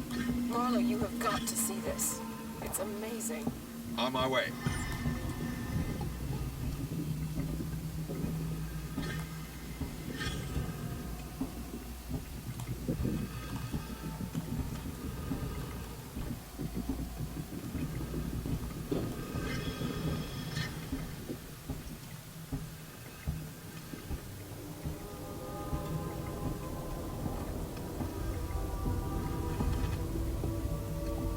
Pretty nice. I mean, think of it, I just fit through this tunnel, like almost, you know, and this creature, how does it get in there? I mean, is it like crawling, or what is going on? I don't understand. So now the winch grab, you have to see it slightly behind this leg, and then you just use it with the mouse wheel, and it's just pretty easy. You have to do a slight arc when you are on top of this platform, because there will be like bars coming out of the floor that are getting higher towards the middle. You can't go through that. So to be fast, don't try to go through the middle, but do a slight circle.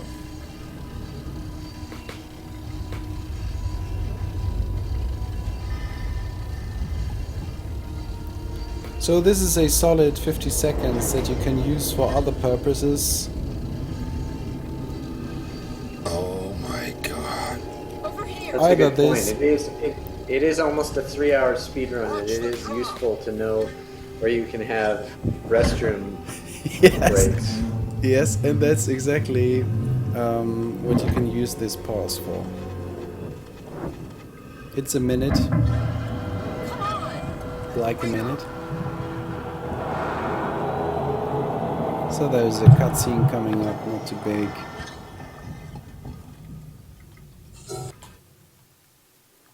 I have to split. That was mission 9. Now mission 10 is coming up. Heavy speedrunning mission. With a little loot strategy in the beginning, you will have figured that out pretty quickly if you look at it once or twice. Where's your ship?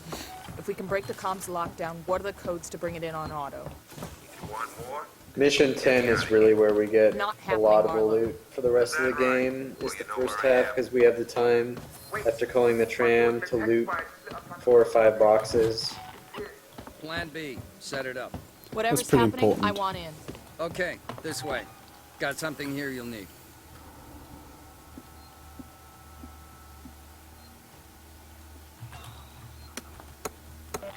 You go in there, grab the flamethrower, Let's hope and this get thing out works. immediately. It's an animal. Animals Step are afraid of fire. in front of the Hope door. you're right.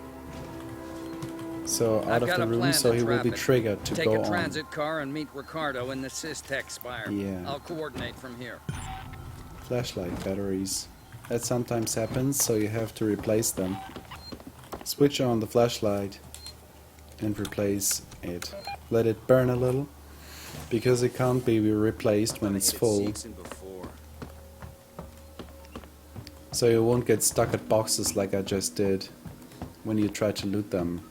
It costs a lot of time sometimes. Ripley, you on your way? Yeah.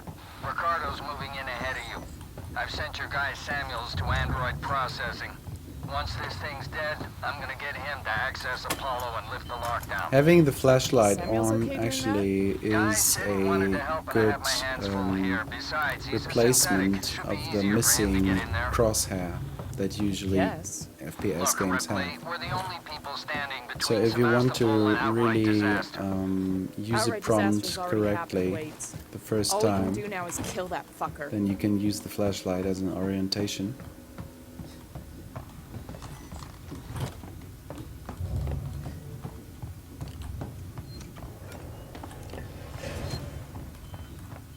So the thing about trams is that if you go too far away from them, they will essentially pause loading.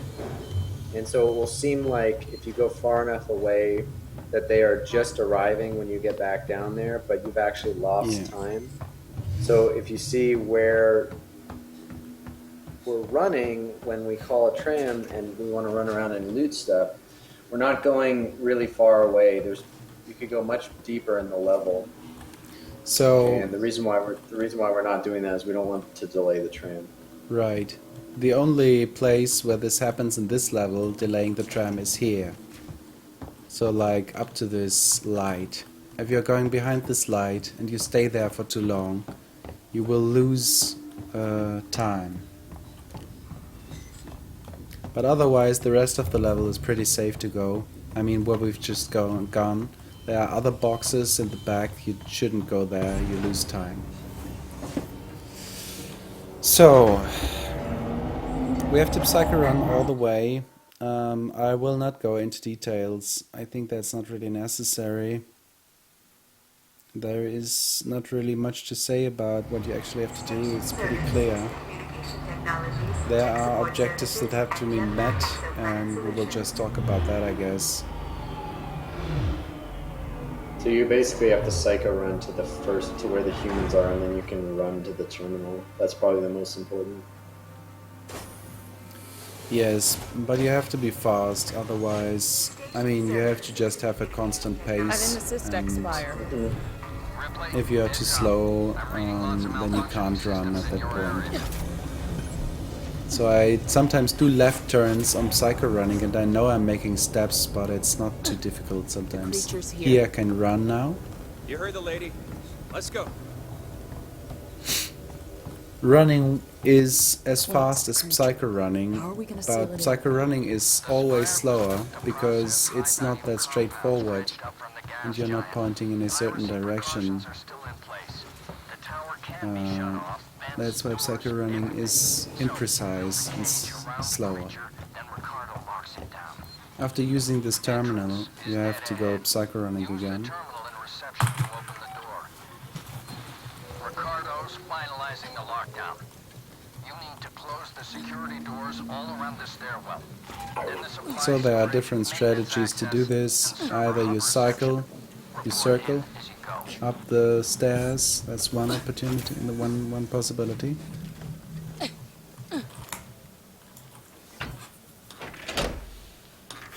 And the other one is doing Psychorunning spins or crouching. There is an item, and we'll show that as well. The question is, what fits better for you?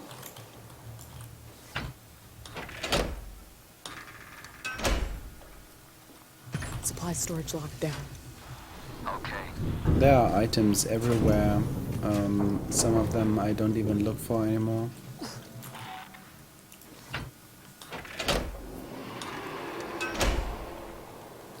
So to reach this keyboard of the computer, you can either go behind the seat or do it from here. I always do it from here. Takes a little time to get it constantly and quickly, constantly. Then I use these two boxes and go on. Always make sure you have the flamethrower. You cannot go into this room before the objective is met with Ricardo. I'm running here to attract the alien and keep it on this side.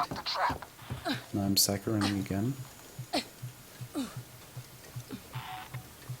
Now listen carefully.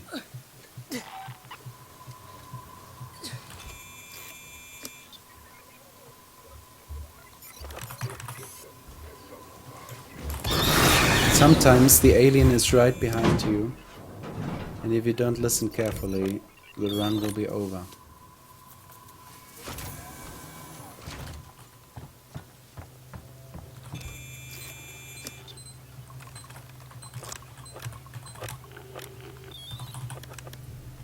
I mean, there are several deaths in a run when you are starting, usually. I don't know of anybody who ever did a run the first time and didn't have a death in it. Ricardo, is my exit clear? Jesus, he's shot. He won't move. What are you doing, Ricardo? Maybe I'm missing somebody, but I'm not sure. So sometimes there are items here and in that body, not usually in this body. And then when you're hiding here, you're pretty safe. Very important is, until you're getting your weapons taken from you in Mission 13, that you don't reload the flamethrower. Because the additional fuel you're getting now, you can get back in Mission 14. So it will be saved in your arsenal. The ammunition is not being taken from you in Mission 13. That's why it stays in your inventory, so to say.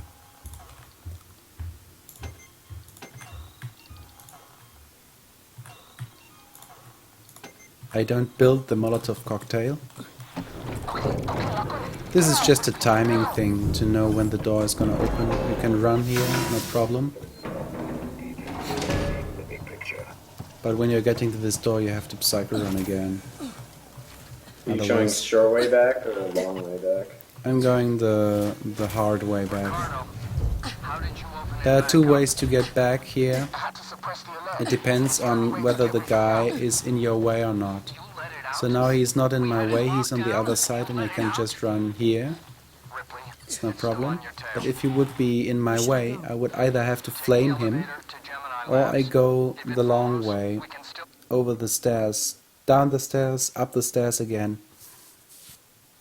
And that takes like 8 seconds, I guess. I'm in Gemini weights. You can run here in the beginning usually.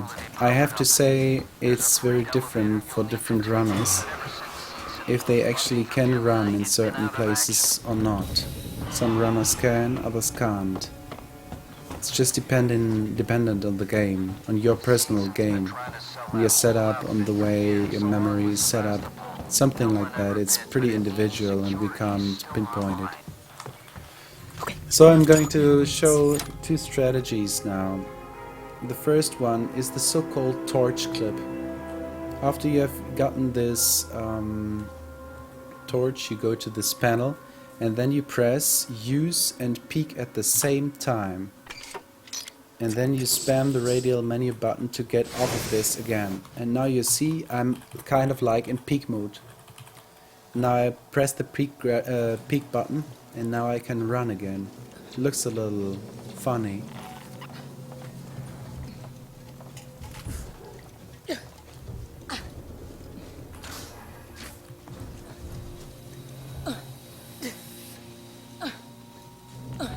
So the effect is now I can look into this door when I'm looking forward, but I have to go forward.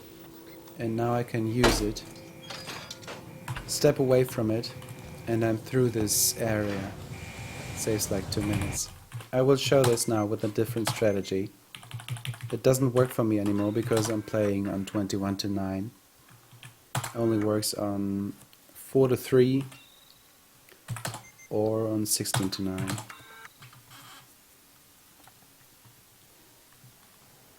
I'm in Gemini weights. So it's the same thing. I'm going to Psychorun now because I'm not at the beginning of the level anymore. It's different if you load up a level or if you come in there. I mean, if you load up a level manually or if you come in there during your normal run. It changes if the alien is still there, usually.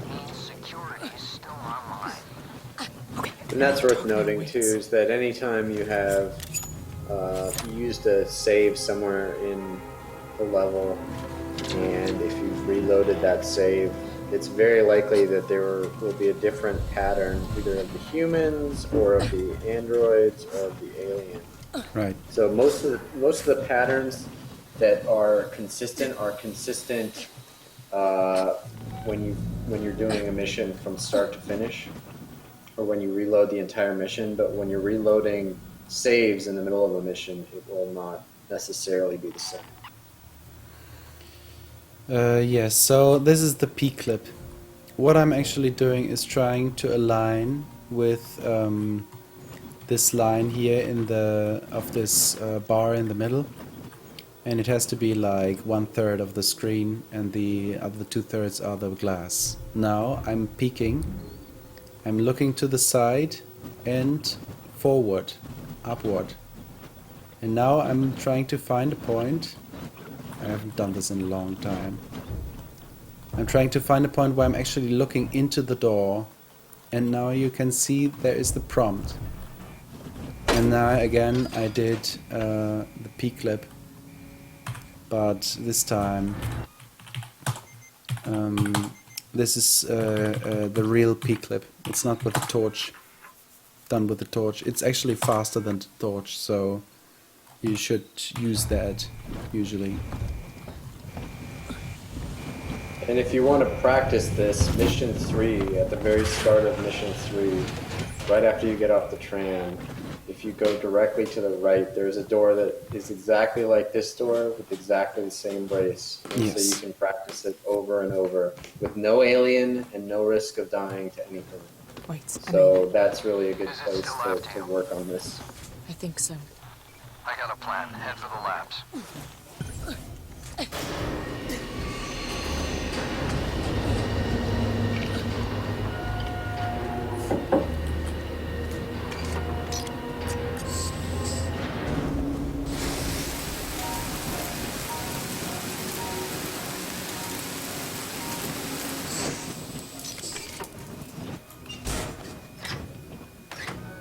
Wait,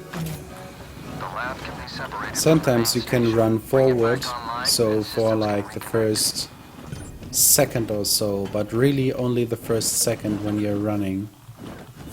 It won't make any steps. So when you're just running a small way, you can run forward and won't make any steps.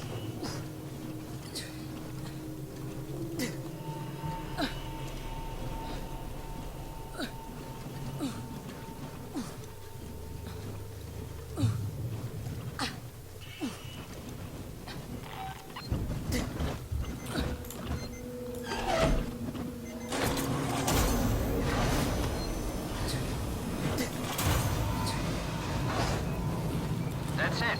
I can see a power spike. Now, reconnect the lab systems to Sebastopol from the console in the central lab. We're counting on you, Ripley. Material detected. Hazardous material detected. I'm sorry, Ripley.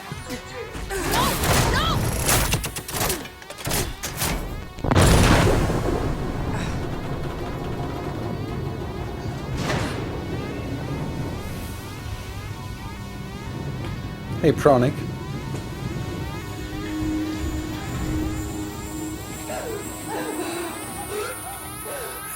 Standing by for gravity backup. Attention. Call and proceed to the nearest exit. Please proceed to the nearest airlock and I'm gonna go the long way this time because it's actually safer. This way you can overlook everything. You be certain where you're going.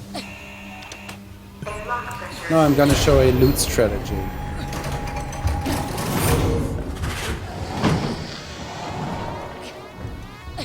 Attention. Please remain calm. Pressurization nearest exit 25% complete. It's you have to be careful not to run into the alien. But otherwise it's pretty consistent. You get a lot of loot sometimes. Sometimes you get nothing. Or almost nothing. 75% complete.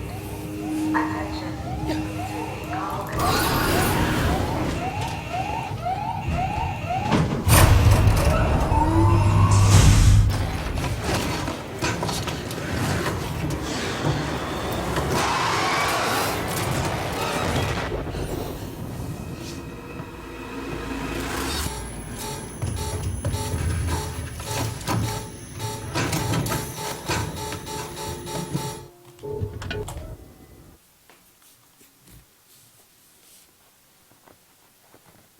So, mission 11.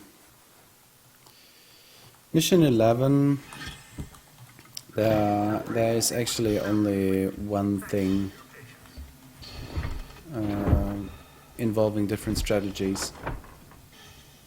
It's almost always when it comes to humans. Hello?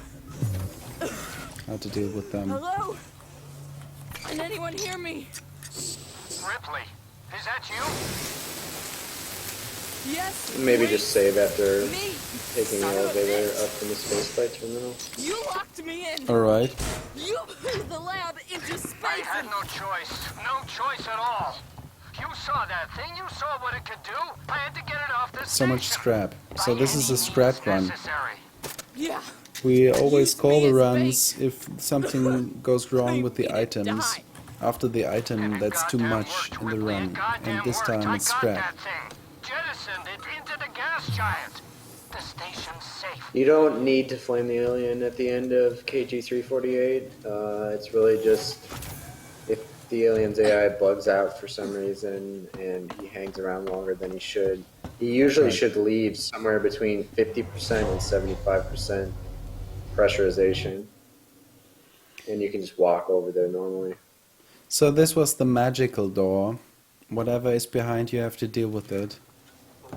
And that is random. Very much. No thanks to weights. Yeah, so sometimes there are a bunch of humans fighting a bunch of androids here. Sometimes there are multiple androids. Sometimes there's one android. Sometimes there's no androids and just nothing. If there's a big gunfight, you just have to try and Psychorun past all of them and not touch anybody. You might end up dying if that's the case. It can be pretty dangerous, but it's better to try that than to try and get into an actual gunfight with them. So the guy is already shooting at me, so it's a little bit loud. What I'm actually going to show now is two different ways to deal with this guard right now. The one is not to deal with him now, the other one is a so-called ranged stun baton shot or charge. And that's pretty difficult. Cliffs has done a VOD of this. I will give a link to that. But I will just try to get it right now. It is basically you meet the trigger here, then you have to activate this thing that I'm not gonna do. You get the stun out.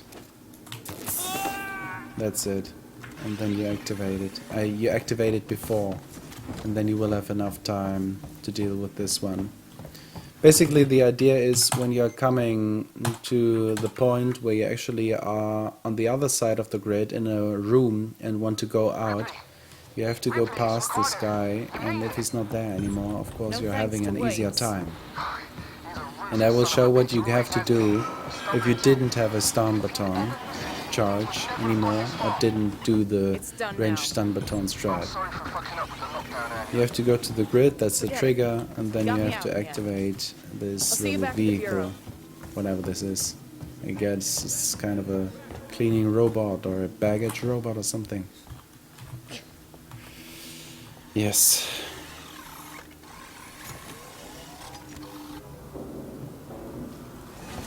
Sometimes there is an item.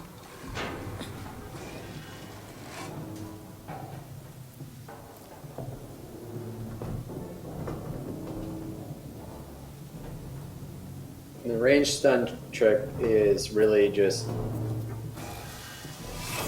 holding your right click to bring up the stun charge and then hitting left click, releasing both right and left click, and then tapping the peak key really quickly.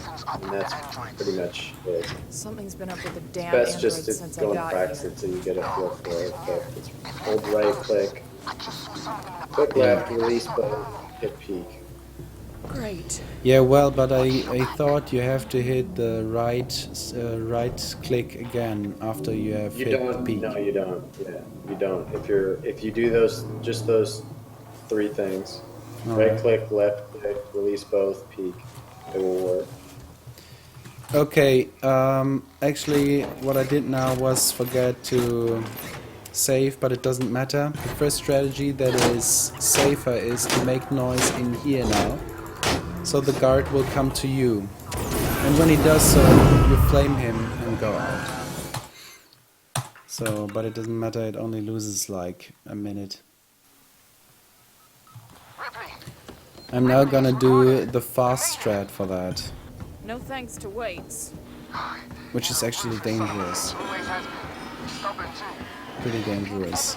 Run killer sometimes. It's done now.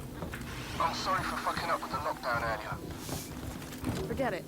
You got me out in the end. I'll see you back at the bureau.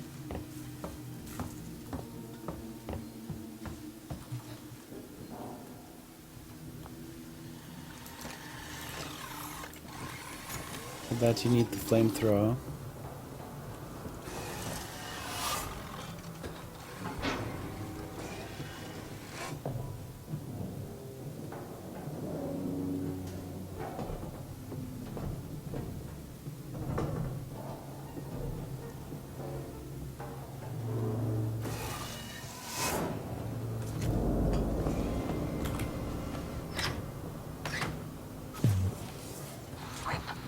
About to rain in the parade. Something's up with the androids. Something's been up with the damn androids since I got here. No, this is new. No. I can save here actually. Just in case. Great. Watch your back.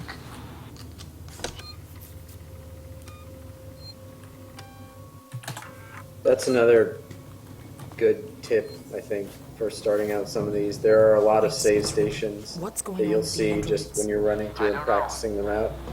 Yeah. When you're actually doing a run, it's probably worth it to save if you're not completely confident doing something. And then, when you're comfortable doing it, you can just eliminate it from a later run, and you'll save that time.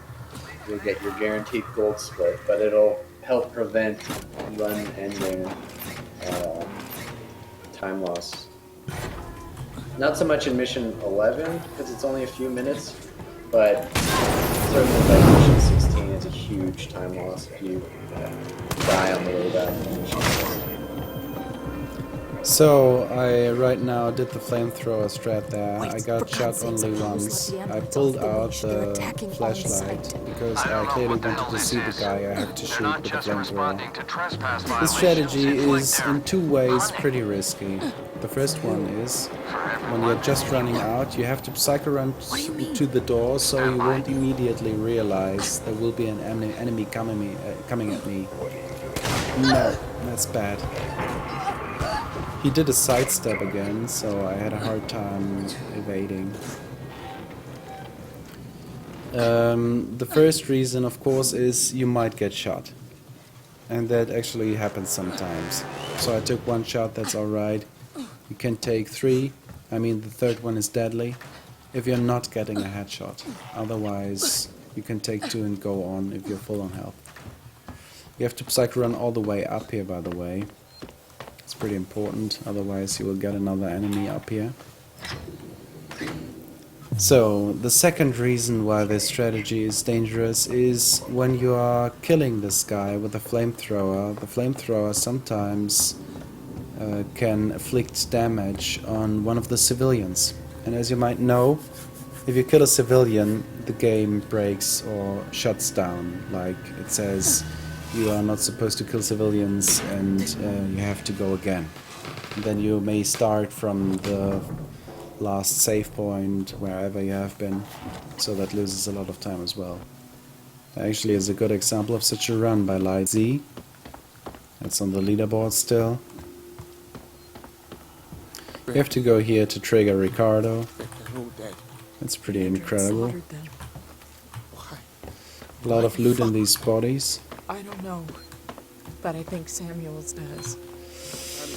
So I didn't emphasize this too much, but when I was running out of this room, I was running down this like broken down bridge, and then I started psycho running the whole way, because otherwise upstairs you might be, there might be a guy shooting at you, and that's also a run killer sometimes.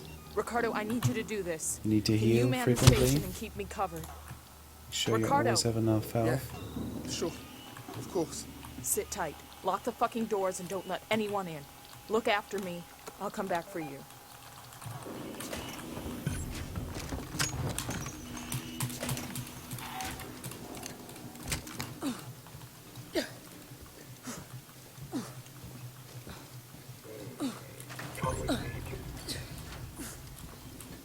So there might be several items like this flare and so on, but I usually don't look at it. Which might be a mistake. Just look at this area a little more closely and then you might find items. So there is a Joe here, but he doesn't see you if you're Psychorunning. He will never see you if you're Psychorunning down here. If you Psychorun the whole way, the other Joes that were there won't be able to follow you as well. So now I sometimes really have problems with this Joe because he suddenly decides to look into my direction when I just want to board the tram. So I tend to kill him these days, right before I have to do that, just to make sure I won't have any problem with him. But this time he's actually pretty calm, doesn't offend me. So that's good.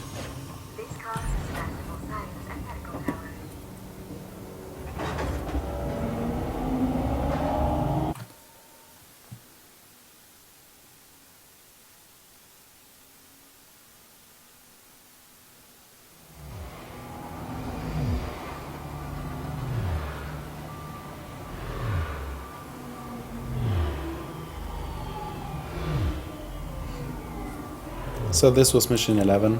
We can we go on? I think we just go on. We can run here. I can see activity on terminals on the top levels of seats and synthetics. Rip, I'm not sure I can do this. Ricardo, I need you to It's pretty much standard, You're everything in charge here. now. In charge of what? A room full of dead people? This is fucked up! Focus, Ricardo.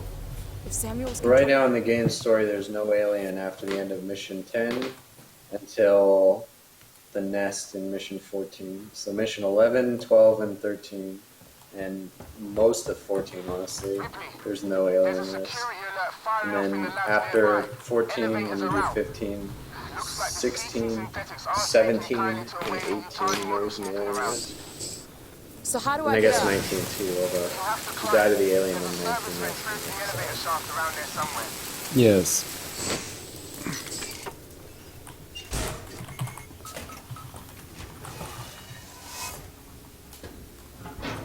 With all of these terminals that have a key code, you simply have to bring up whatever page on the virtual computer has the code, and in this case the code is on the very first page, so all you have to do is activate the computer there and then immediately use Q to close it.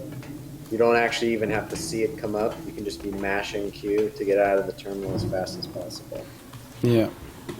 The code is on the first page. On other ones where it's not on the very first page, you have to go through and actually practice, figure out what the menu input is. And that will come with practice. It's not very difficult. It's just, are you hitting down and then use, or are you hitting use and then down? Are you hitting up? So on and so forth. Yes, you have to learn the entry positions in the panels. So this is another glitch here. It is actually it always works when you're just going a little bit up. Forward, and then you press use 2 times. What happens is your camera is free now and you can actually clip into this vent. Usually you would see the animation of your hands, and this sequence would have to be finished until you were able to actually go through this vent up there, even if it does open. Pretty easy clip.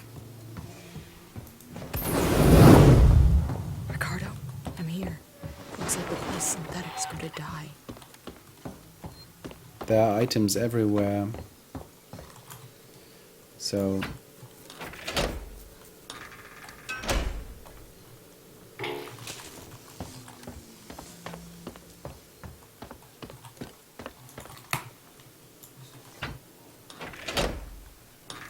You have to Psychorun after you've opened this terminal, because otherwise the Joe will follow you.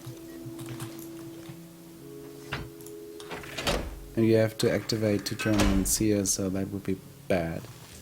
After you've activated the first one, it's no problem to run to the second one, because the Joe won't be fast enough to follow you. Now you need the shotgun. I must have access to Apollo. Open the tower transit immediately. Apollo transit reserved for Sikhs and executives and synthetics only. Right. Then I'll have to find a way to talk to Apollo directly. Biocontainment hazard level Omega. All permissions rescinded. I don't have time for this.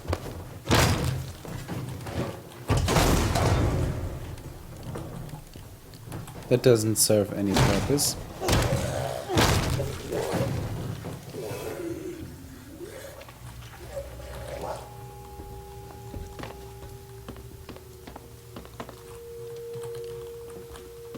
So you have to trigger this first droid here by going down, then you go back up. One time with a shotgun and then hit him, and then he's done. You have to hit him in the head with the shotgun. If you don't hit him in the head, then you will not be able to immediately kill him with the Yes. shot. That job is important. Synthetic registered. Attempted unauthorized access.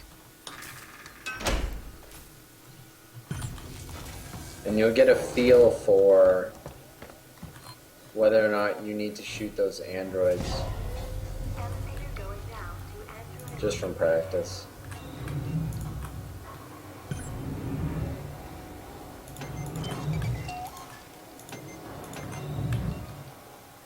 I didn't build this Molotov cocktail because there is coming Molotov cocktails up. You might know that. Look at the floor here. There sometimes is an item. Nothing. Just more shit on the station fucking up. The usual. So the reason you didn't build the Molotov cocktail is that there are 3 that you get for free at the end of this mission.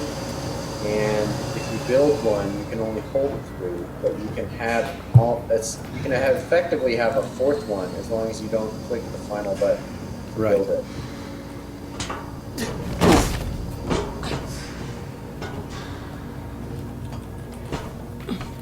Steam here is completely random, but if you're going to run through and not wait for the steam, which you are going to want to do once your runs get faster and faster, just make sure that you know how much health you have. Because if you have a bad steam pattern, you can get hit by at least 2 steam vents. I don't know that I've seen one where you get hit by all 3, but... Yeah, usually you miss one at least. But if you have low health, that steam can kill you very easily. So this is pretty easy here. Some people like to run all the way. I don't think that's healthy. And I'm not fast enough for this. You can try this for yourself. I speedrun, I Psychorun the whole way. And then in the end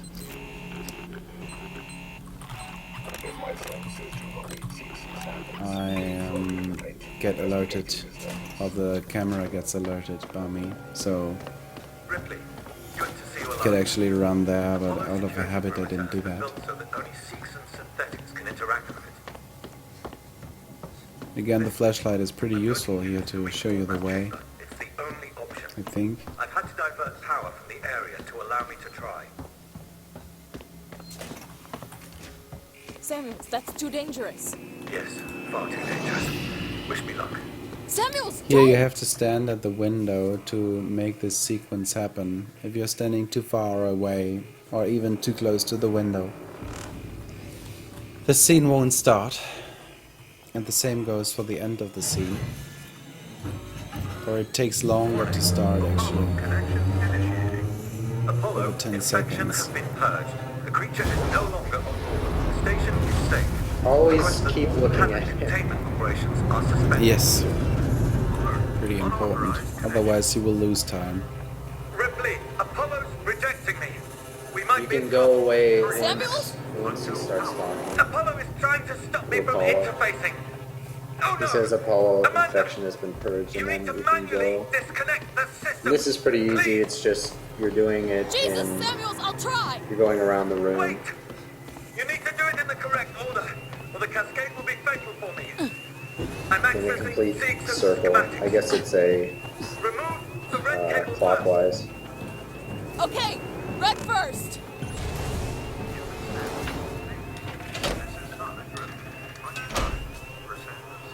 Red done. Next, look for a blue cable. Can you see it? Got it. Blue disconnected. What next? I'm having trouble accessing the schematics. Apollo is making things difficult. Found it. Just 2 more, Ripley. Look for an open door panel. There should be a deactivated android next to it. Got it, Samuels. Just the last one now, Ripley. And now again you have to stand at this window here. Otherwise the scene won't start too fast. Fastly. Well, You're dying. You talk like I've had an actual life. I thank you for that.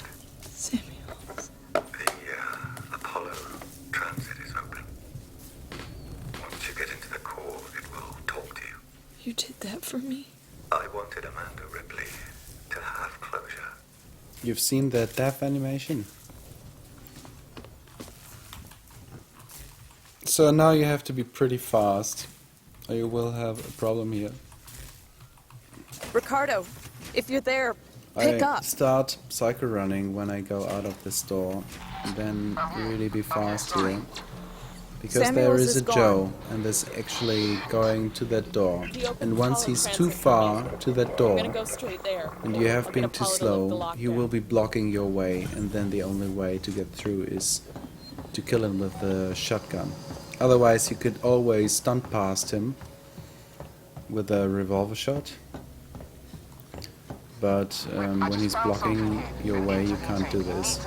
It's very important that you don't mouse wheel spam use on this button, otherwise you will fall down here through this vehicle. So you just use one use and then you go forward. Have we explained what stun past is? Haven't we done that several times yet? No, we didn't really explain it. No. Maybe for mission 14. Mission Yes. 3 reactor is a good place to explain it. I saw. Red lights on. Yeah, we will explain again what stunning past is. You can do this with every weapon actually, but I can give you that. And a way off the station. it's actually usually done with a revolver, a shotgun, or a flamethrower even. Taylor, get me out of the cell right now! Get me out! We will come to that later. Did it so far several times when we shot Joe, for example. But it's different with Super Joes, the guys in the suits. So here are the 3 Molotov cocktails. You actually really can lose time here if you are looting too slowly. So practice this a little bit maybe to really loot all of the stuff as fast as possible. And now you're having an additional medkit. I think it was even 2. And 3 Molotov cocktails, and 1 you can still build, so we're having 4 now. It's pretty good. 3 EMP mines, which are always on 8 for me.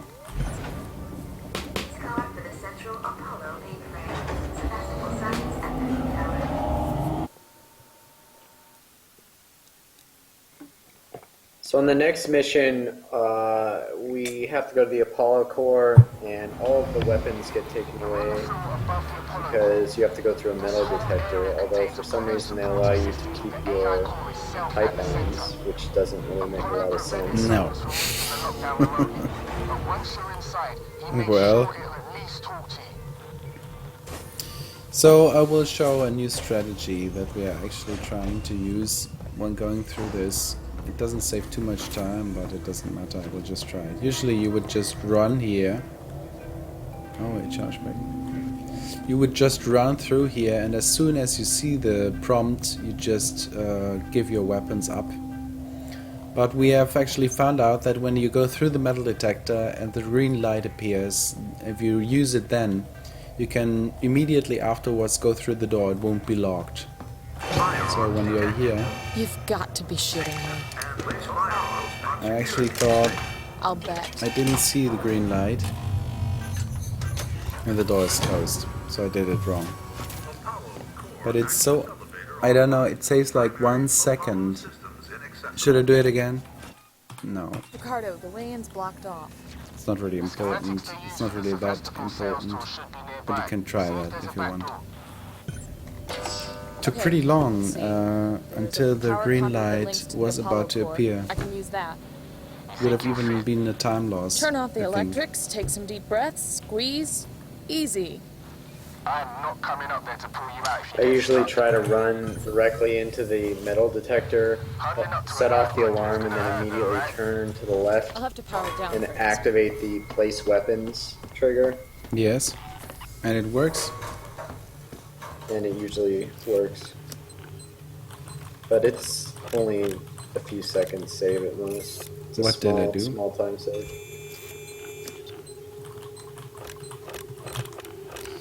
Yes. Well, maybe I did it wrong. So this mission is mostly just running away from Super Joes. There isn't a whole lot of risk of dying in this mission once you have a sense of where to go in the route. The only real RNG is whether or not there's going to be a suited android, or Super Joe as we call them a lot, in the hallway after you drop out. Turbines off. Way should be clear. Gotta run. If Apollo systems overheat, they'll reboot. And if there is a Super Joe in the hallway, generally there are 2 ways you can get past him. One is if you have a stun charge, you can run into him with a stun baton out and stun him. It only briefly stuns him because he has a suit that protects him from a lot of damage. And then the other way is if you just swing your jack at him and he'll catch your hand and then punch you. That's actually faster than getting grabbed. Yes. If you're getting grabbed, you lose a lot of time. Get here. I've got to try. I thought he was a pretty nice guy for a synthetic. Me too. And also generally you'll want to, you will have healed while you are in the room with Samuels after you've run through all the steam, so your health should be okay, but if it's not okay, then heal at the beginning of this mission. You will have medkits that I now hit him, and now I'm trying to run past. And if you're Psychorunning from here on, it's no problem to evade him when you're going out again.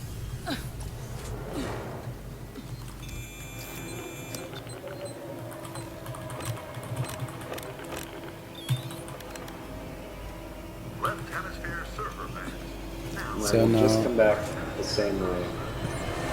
Almost the same way. Yes, we don't go in the other direction because that's actually slower for a particular reason. Okay. Use them here, use this one, and then 3 of them will be activated and you can just go through. We're telling all the secrets today, all the secrets. I don't even know if that's good.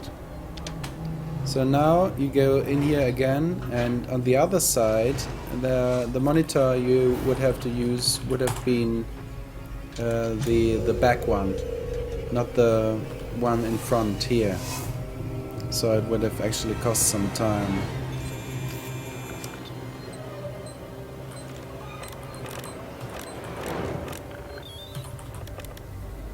For these mini games, if you get the green screen mini game, usually you just want to exit out of it as fast as possible.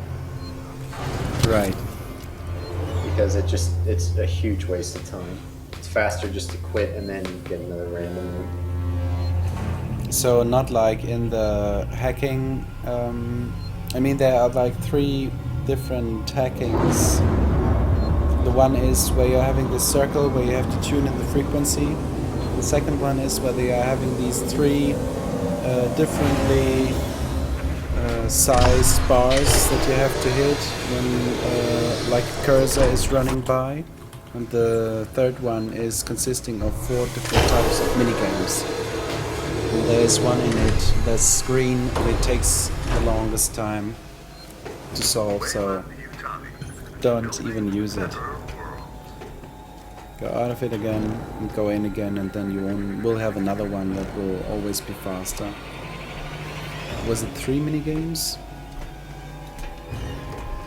Yeah, I think it's 3, right? I mean, within this one. Yeah. So for some reason the trigger doesn't work immediately, or I split wrongly. I didn't do the M12 split. That sometimes happens as well. I did that a lot in the beginning because I didn't know where to split. Protocols. 6 is sold out. Wing and Utani are in control of Apollo. Yeah, well, It's refusing to lift the lockdown. It says there's something there's up not with that the much. You're from the company. Tell it you don't give a shit Yes. and do what you say. Sorry, Lieutenant, but I'm small for So mission 14 is like, I guess, one of the most difficult missions. Besides mission 17 and mission 18, pressure is really on here. There are different things that can go wrong. Different good and bad RNG.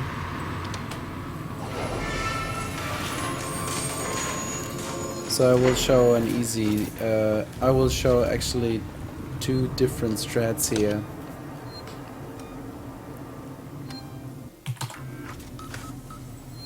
The first one is involving an EMP mine. You run up to this door and you Psychorun through here. You can also run, it doesn't really matter actually. You can run all the way. And then when you have come to this point, you lay down an EMP mine. And then you start unlocking this hatch. So what happens, you can easily think of, is the Joe comes after you, the droid. But you will be too fast and get through the door before he has recovered. The second one is a so-called low percent strategy. That's actually faster. It just has to be done correctly. You Psychorun the whole way.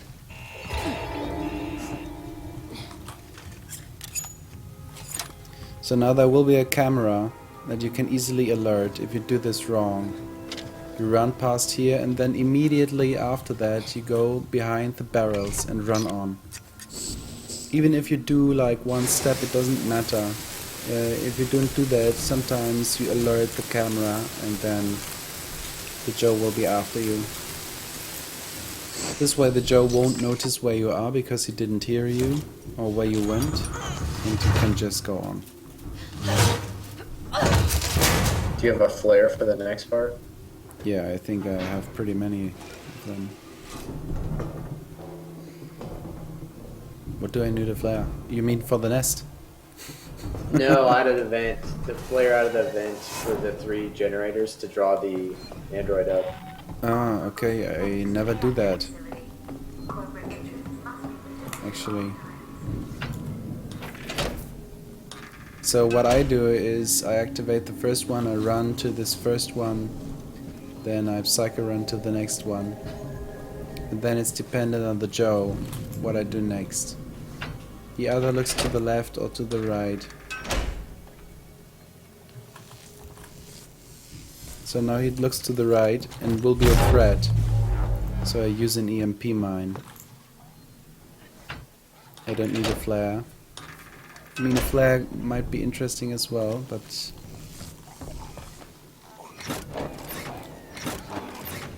Might even be a little bit faster, but not that much, I think.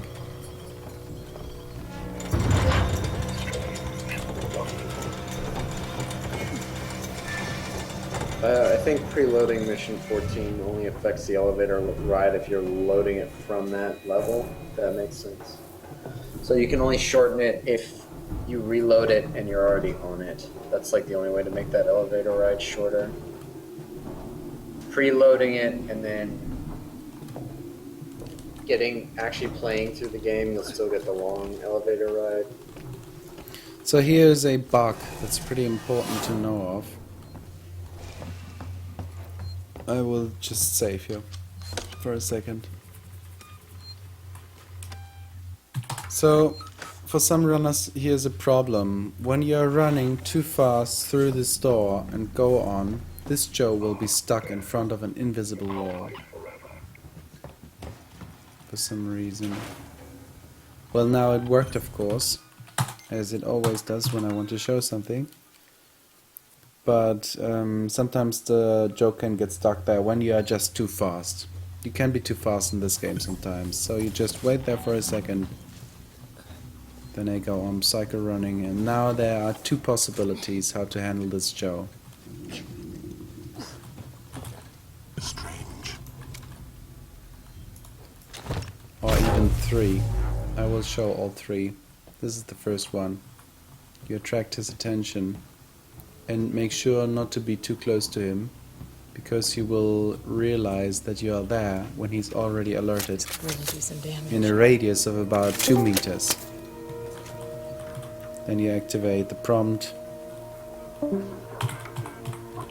No. You Psychorun the first way, and then you can run past here. No problem. That's the first way. If you're careless like me. Now let's do it again. Usually you shouldn't be using an EMP mine here. If you're fast enough, you're just going behind the crate. He saw me again. Why? That's pretty... You have to do this pretty accurately, otherwise you will have a problem.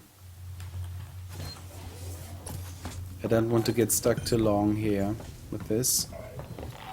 So let's hope it's just gonna work now. All visiting corporate representatives must report to their nearest synthetic. And there he stands again.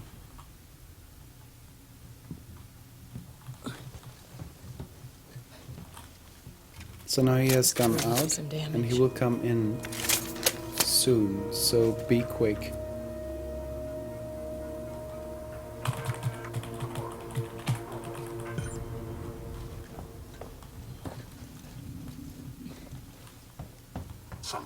So usually he would be a little bit faster going through that door. He would just go on. So now I hope I will get the random, the RNG for the best possible RNG.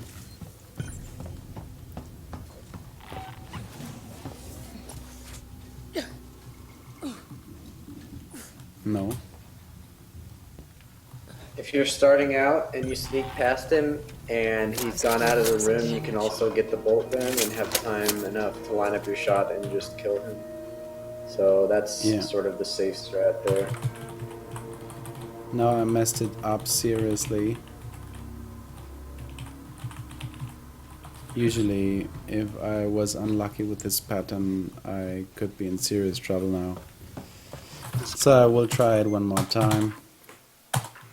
And then I will go on.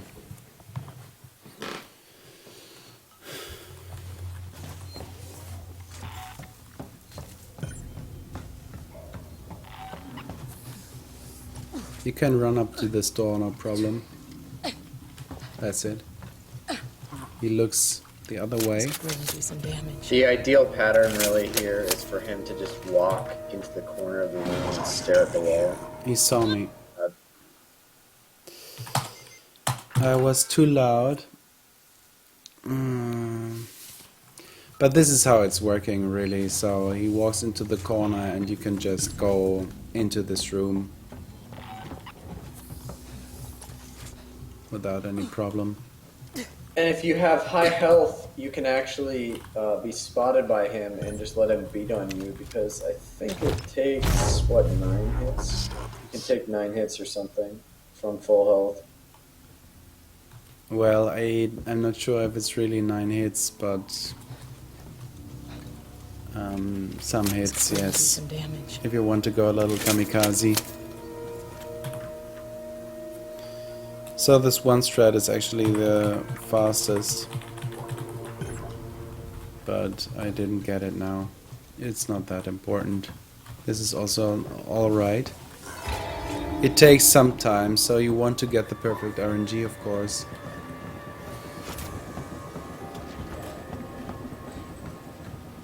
You can lose a lot of time here, like about 10 seconds. Hey, Darkside.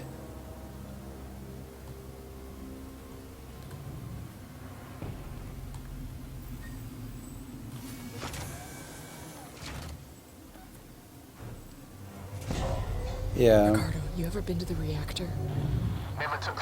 So you see how sensitive some of these strategies are.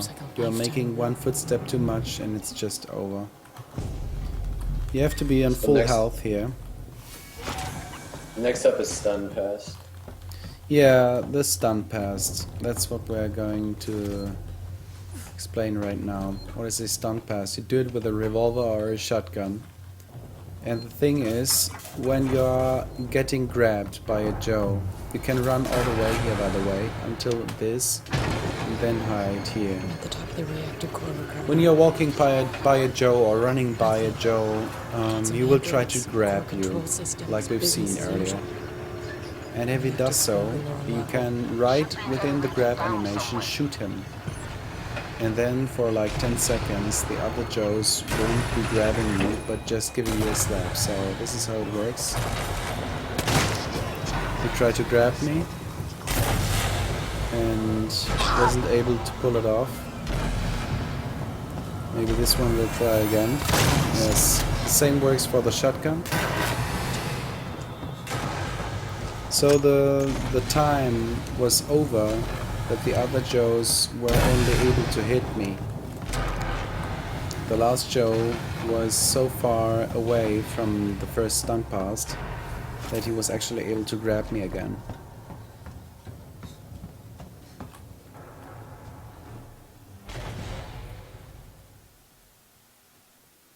If you stun pass by a Joe, you won't take any damage.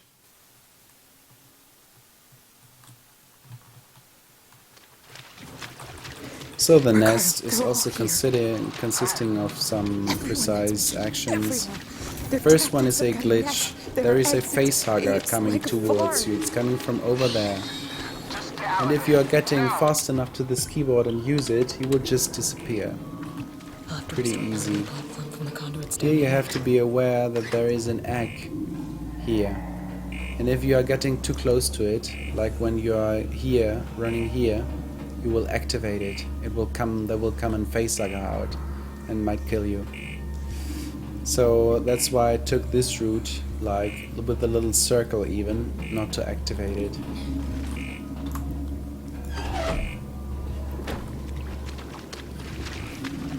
Even if you're not fast getting to that first console, as long as you're standing right next to that first keyboard, you have to activate that facehugger that is on the floor.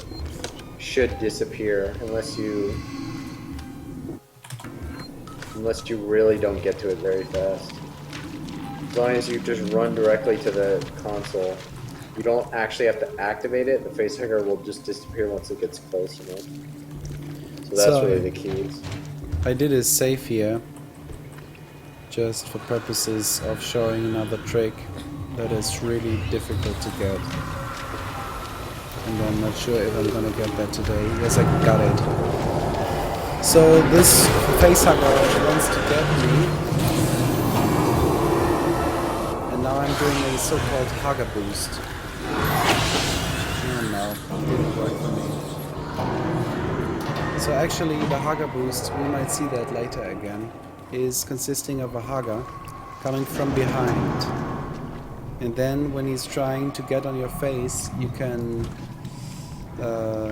fastly burst one time with the flamethrower, and because he was coming from behind, you will get his speed and be pushed forward.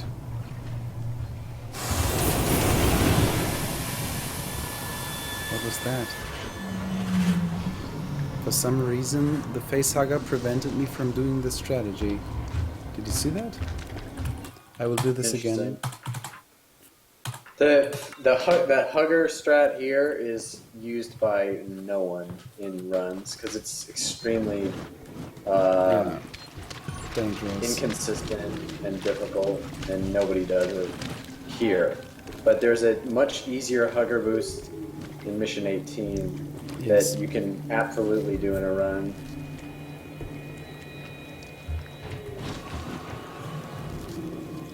For this one, you'll just want to flame this hugger, smash it.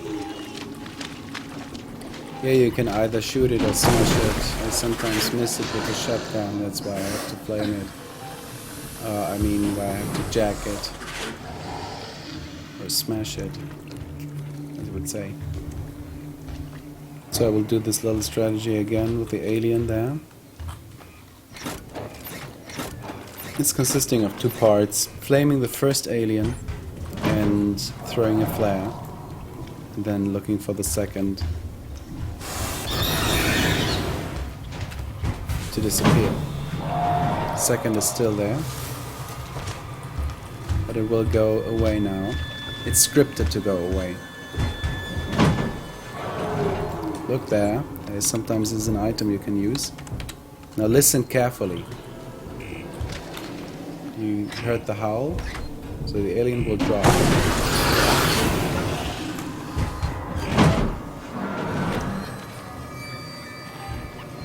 Fuck!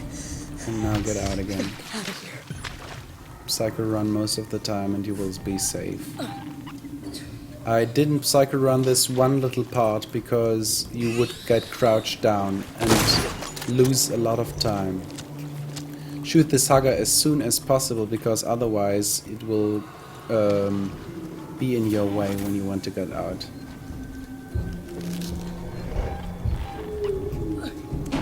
If you Psychorun all the way here, the alien could drop, but it won't be fast enough to realize where you are.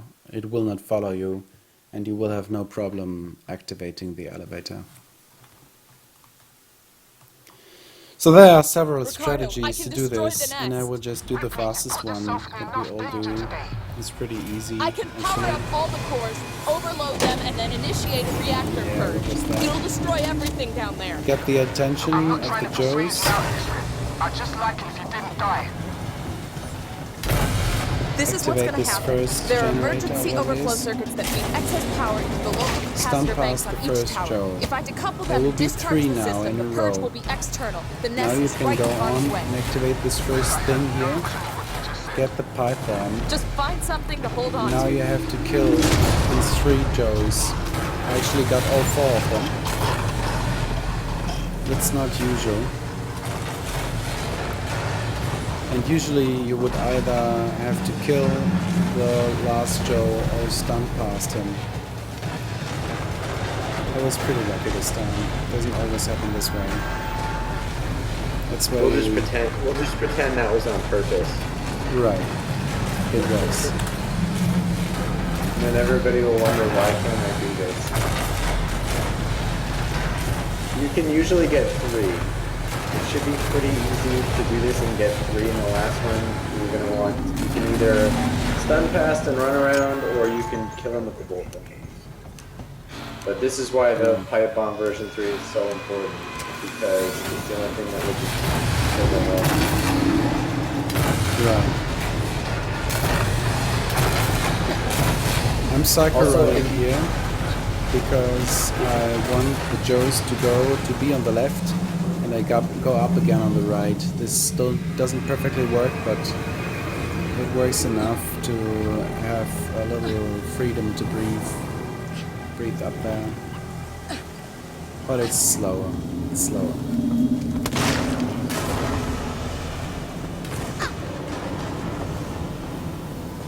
Before you throw the pipe, if the very first minigame that you get is a green minigame, then you should just exit out of it and then do the pipe bomb throw then and then go back to the minigame.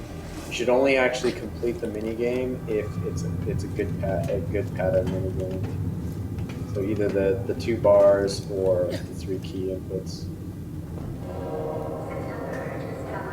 Awaiting confirmation from Control Station Gamma. All synthetic and non-synthetic life, please move to a safe distance.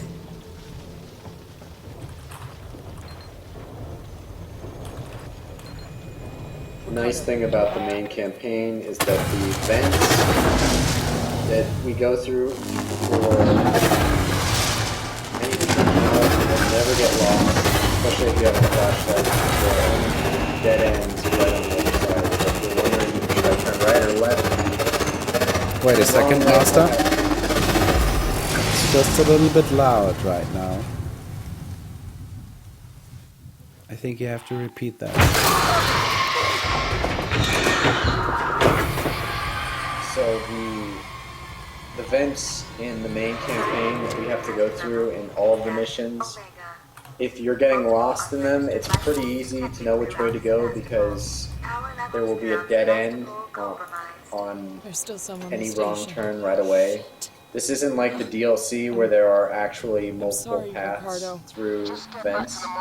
We're not taking any vents anywhere that have multiple paths. So it's pretty hard to get lost once you realize that. Yeah, well. Wait, Rip, something weird's happening. You think? I need you to get to medical. Now. I mean, you don't really get lost in the speedrun that much. So there's another loot strategy. I think this is our big chance. Just go now. We might not have much time. I'm heading down to comms. Pretty easy, just go down and loot everything you can.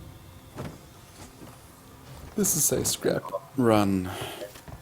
And always activate the tram because you want... The tram is just going to take a certain amount of time to get there and then you can go loot while you're waiting for it. Right.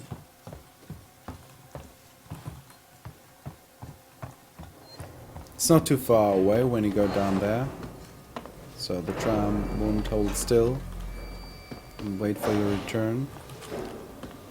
These all are spots where you can actually loot items, so check them all. That was a good mission 14. No deaths. Many deaths occur in mission 14. The alien is back now. Killing 4 suited androids is going to be pretty hard. And so if you can only get 3, just remember to use the bolt gun on the last one. Did you manage to get to comms? I'm here, but I was too late. Apollo's recovered from the reactor purge and knocked out external comms again. Damn it. So why'd you send me here? Plan B, Rip. See, before I left, the system showed a ship approaching Sevastopol. I think it's the Anisadora. Marlowe managed to send out his auto codes to call it in while comms were temporarily open. We've got to get to it. Is it docking? No. So this is mission 15. We have no aliens active until you get to the ambulance shuttle that takes you to the Anisadora. But there's no real items required for this mission. This is just about getting from one trigger to the next. Yes, mission 15 doesn't really involve any enemies besides one.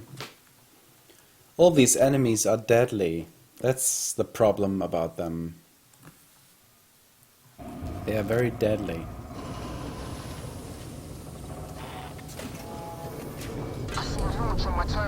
This is a scrap run.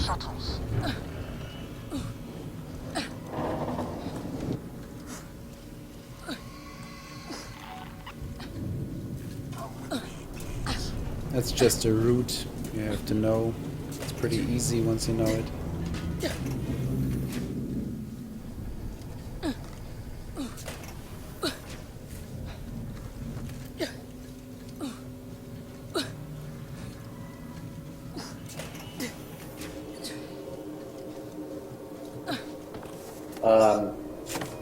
There are saves for both Nightmare and Novice, every single Nightmare and Novice mission on the website that you can download. So if you want to practice any of these, you can just load up the missions and have tons of items to practice different strategies.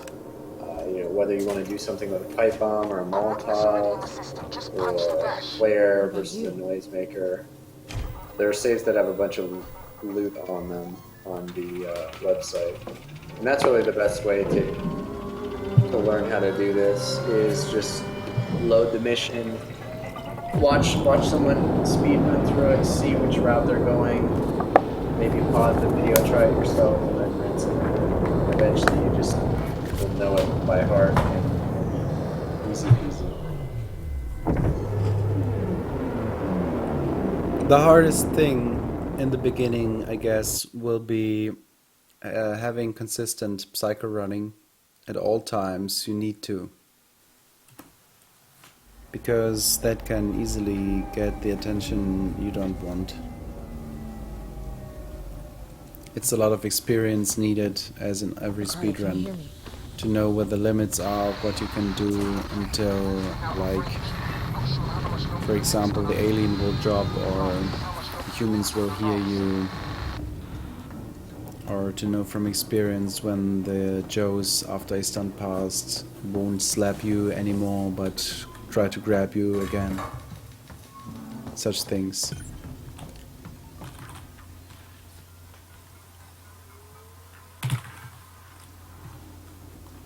Yeah, and some of those things you can't tell people exactly because it's not a fixed number. You can't say, okay, 8 seconds after the alien does this, then it will drop.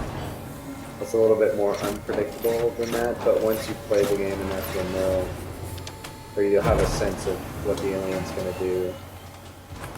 And the biggest risk really is... Look at this. Unbelievable. So this is extremely uncommon to have this many stun charges. Yes. Usually it's helpful to have at least one left for mission 17. To use it on the human at the beginning of mission 17, or to use it on the facehugger. To have 5 is extremely uncommon.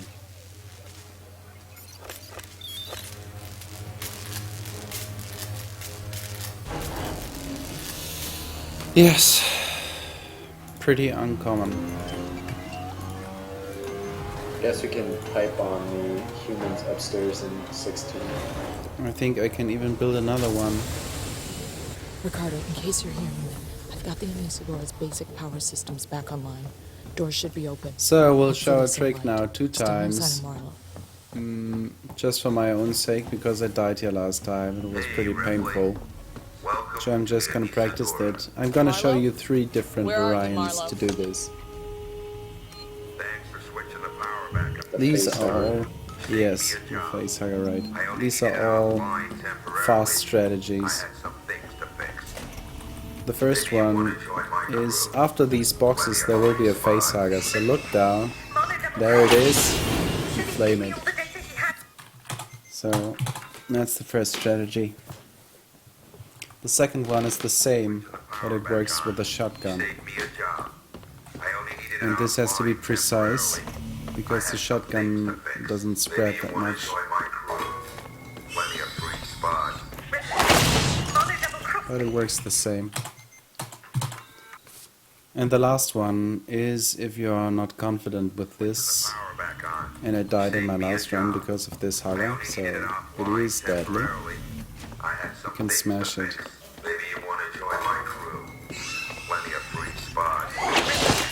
Marlowe double-crossed me. He said he'd give me all the data he had on the creature so I could take it to the company, but he... Taylor? Taylor! What was that? Marlowe, what are you doing? What no one else Did you see that? What was that? Oh no. Find me, Ripley. I'm just gonna finish.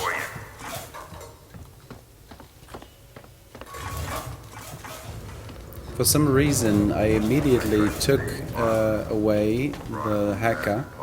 Then I was stunned for a fraction of a second and couldn't input movement and was able to alert again. You gotta wipe Interesting. Yeah, I just saw that. That was odd. Spreading.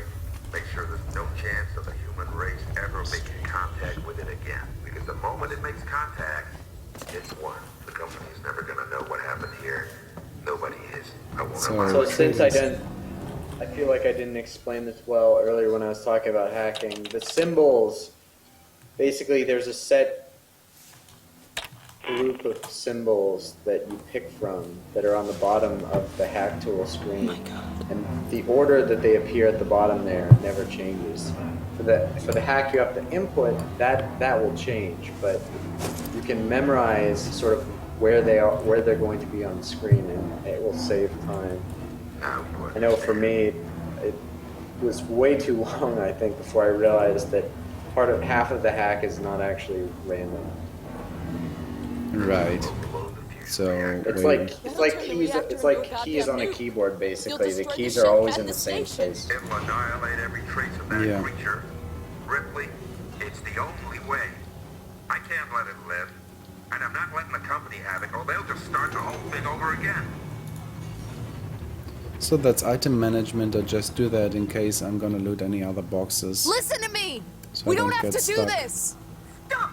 Stop it, Marlo! Marlo, please. You heard what your mother did. She understood. If she was here, she'd be helping me. You think she would want company suits knowing the zip code of that creature? No one must know. There were two people alive on the station! Marlo! Foster, Yes. she was my wife. I loved her, and I killed her. Yeah. This drop animation is really weird. He set it going! He set it going! Taylor, I'll stop the overload. You have to help me. Go to that console. Warning. Fusion reactor overload in progress. Open the fusion system so I can work on them. What? I need power sent to the auxiliary generator. Look for the letters AUX. I found it!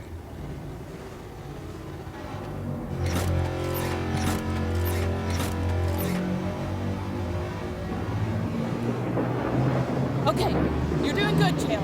Now switch the maintenance terminal from auto to manual. Do you see it? I can't find it! It'll be there, Taylor. Trust me. That's it.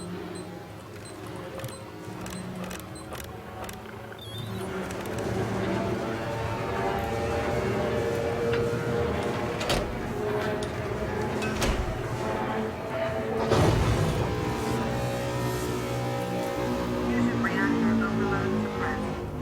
Safety limiters restored. Oh God! You did it! Something's happening. I don't understand. Primary systems collapse. So this is a scripted scene. You just go to the door, doesn't matter. Fuck! Marlo forced an overload. The ship's gonna tear itself apart. Warning. Critical collapse. I just lost a little bit of health because I smashed the Haga, so it's not really worth a medkit here. Warning. Critical collapse. Warning. Critical collapse.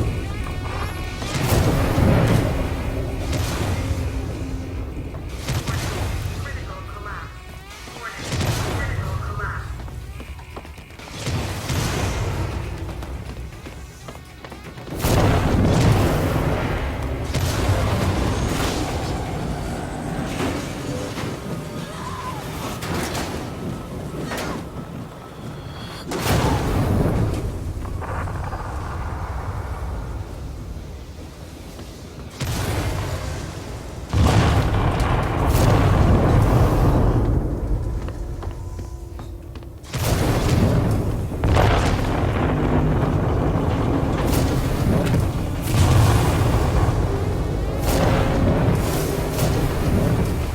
This flare doesn't serve any purpose at all, but it looks nice.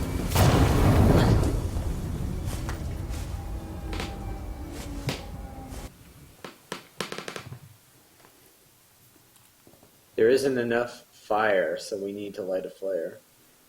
Yeah, well, and was too yellow, and I thought a little red might fit in well. So, mission 16. Ricardo. I will show now different strategies to get through this first fights that you are... What did I do? It's the second time now. I'm too late back.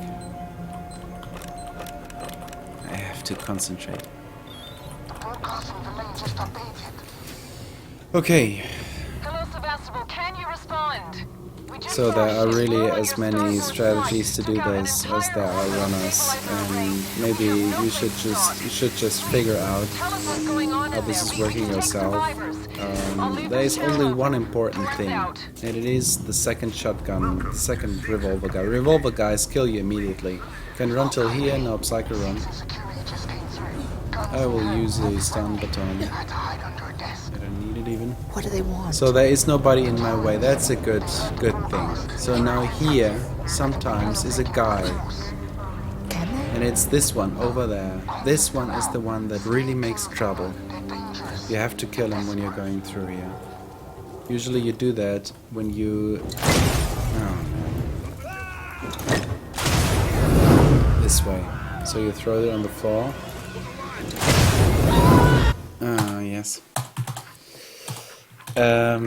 You throw it on the floor so he can't hit you. That's pretty important, Ricardo. because otherwise he will just aimbot you to death.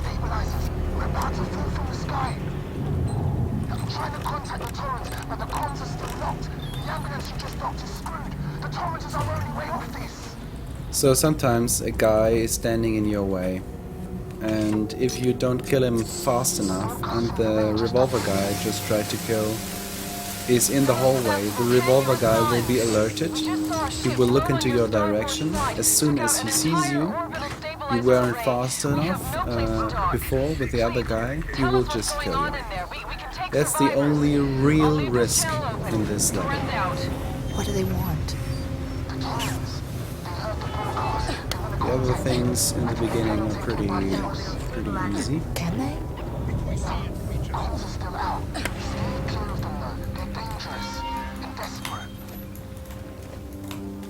I don't get it. Anyone else catch that? That's not how you do it. Took way too much time. You want to kill this one too?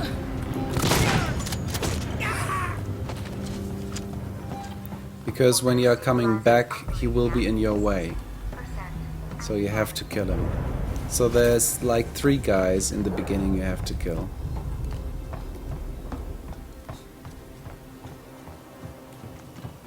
Maybe no, just 2. You okay?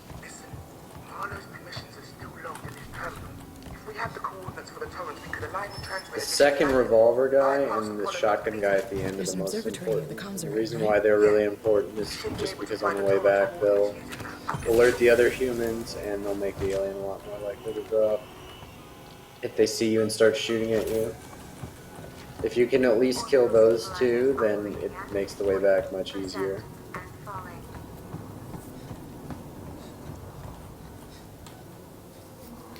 So now we figured out there are actually 2 ways to get a little time advantage here. It's really not that much. It's like 4 to 5 seconds, I guess.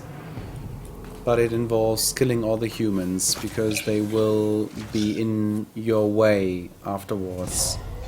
I will explain this when we are there. When we come back from the spacesuit walk, why this is so important. But I will just show the 2 different options you have. And quite obviously you will choose the easier one. And I guess this one will always work. And if you're having different information, so please just tell us. It involves a Molotov cocktail. You go here. You could theoretically also run. And then you kill the 2 closer guys. I now got all of them because they were standing pretty close. So let's have a look at this again. I'm not sure if there will be anything changed that much because I saved pretty closely to these guys. So now you see this pattern. One is over there, he's pretty far away. And they are here, so I have to go here and I have to throw it in the middle.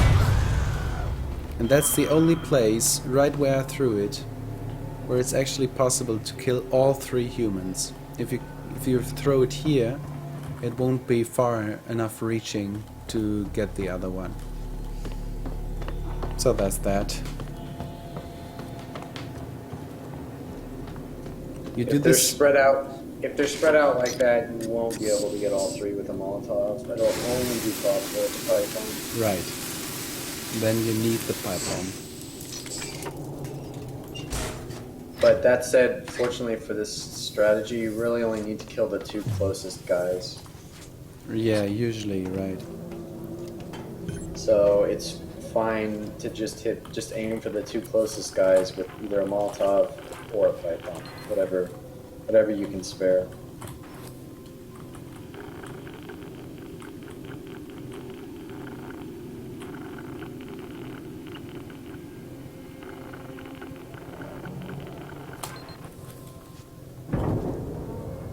So now we have the spacewalk, which is very exciting. Another wonderful auto-scroller. Yes.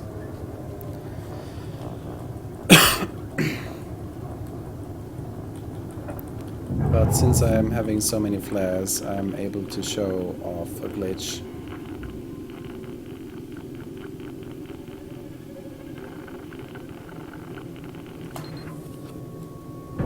Thank God. Ricardo, I found them.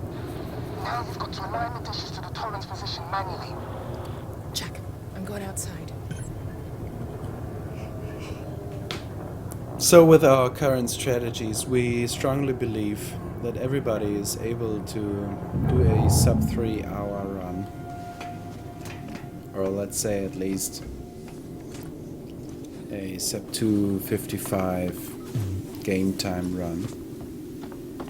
I can unlock the entrance to the airlock from here. Give me a sec. But it still takes a little practice. There, got it.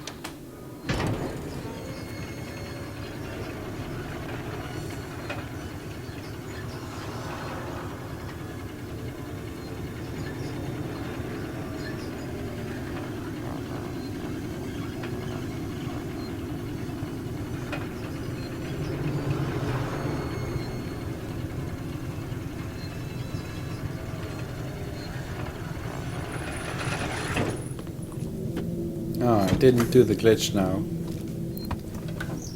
That's very sad.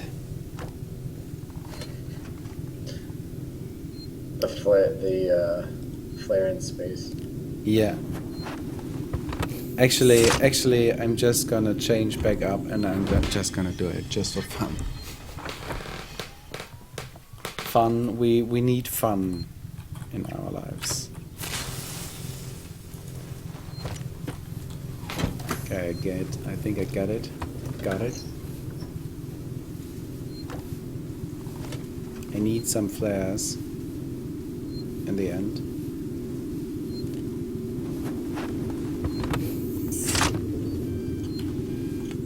So if you're throwing the flare and you're not totally finished with the throwing animation and use the hatch where the suit is in, then you will be able to use the last item you've used, like this flare.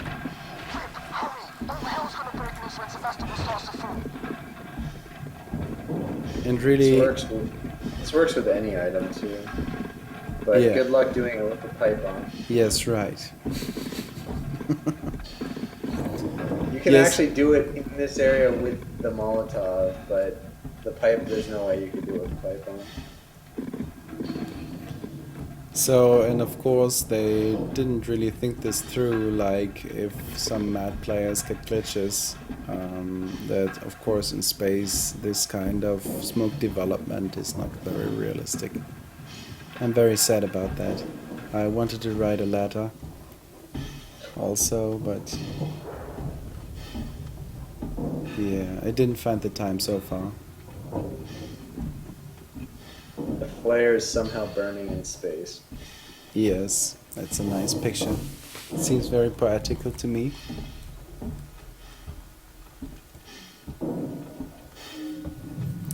Yes, we are still thinking. I mean, I am still thinking that something like fast walk for mission 16 might be possible.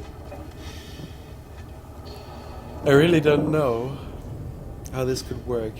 The only thing that I'm still believing is that you could actually do some frame perfect movement in the transition from being without the spacesuit and being within it.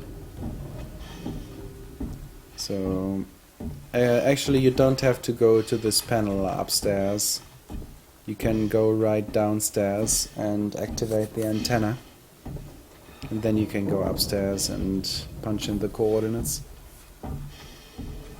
And when we go back up, you can hold right on the coordinates after you've activated the terminal,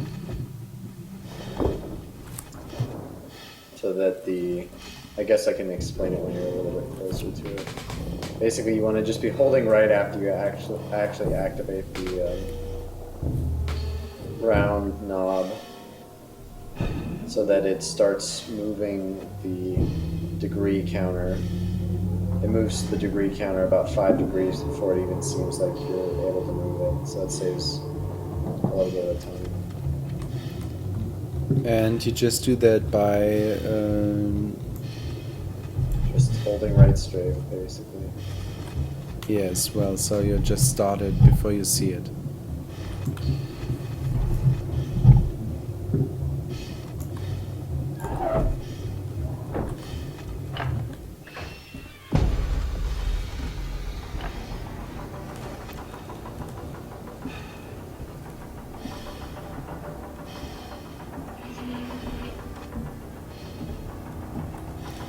Ripley is having really one of the best throwing arms all over the universe.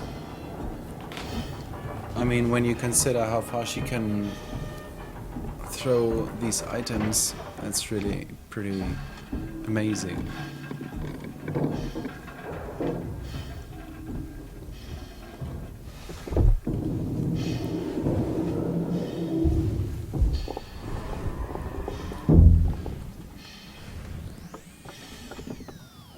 Oh, wrong direction.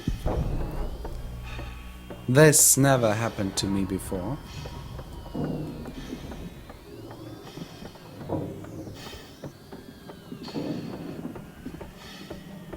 So yeah, after you activate, you just want to hold right strafe.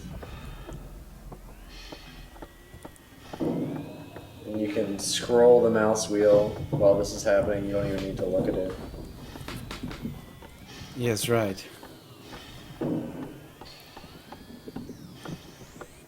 Just log it in.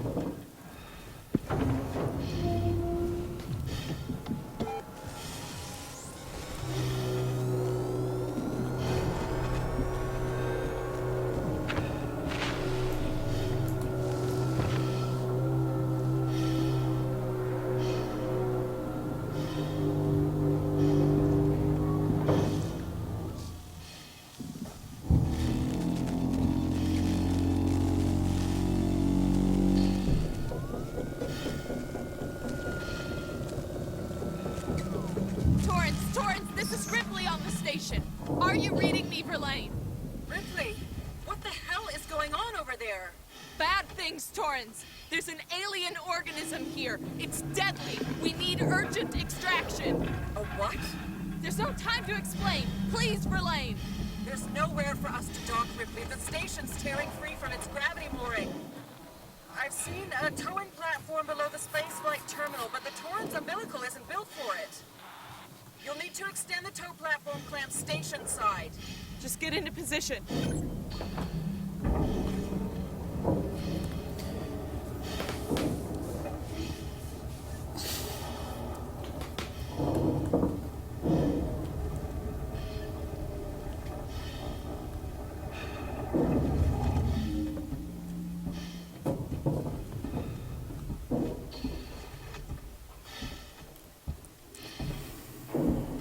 So I've just read that the human being usually has like a field of view of 170 degrees.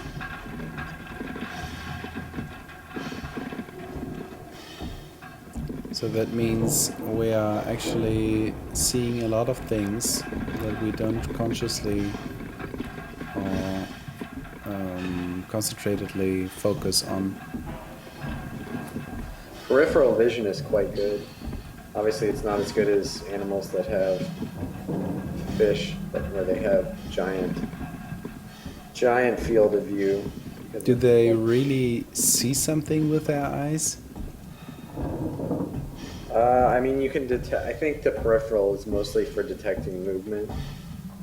Yeah. Obviously, you can see something, but you probably won't be able to tell what it is. It's just likely an evolutionary addition that helps protect against danger. It helps you see danger. Yeah. Yeah.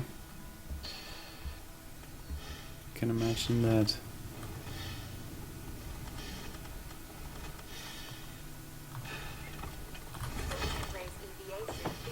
Alright.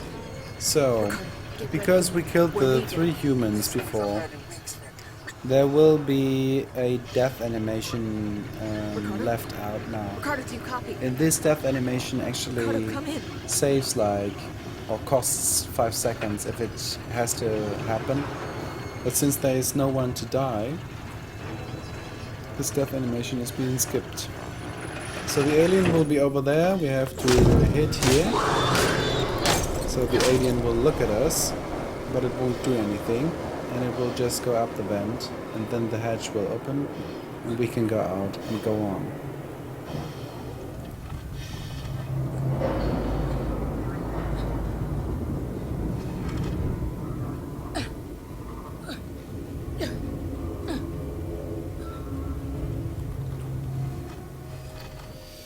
So there is another. That seems to be a sound glitch.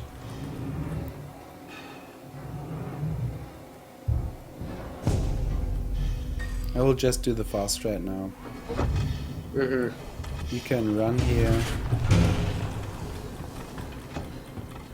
Now you have to Psychorun. Ricardo? That's right. This is, in this case, spacebar is crouch.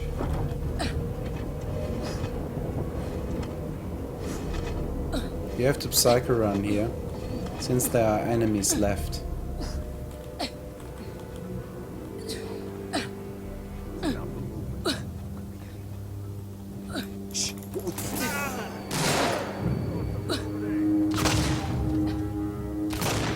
So this is pretty dangerous.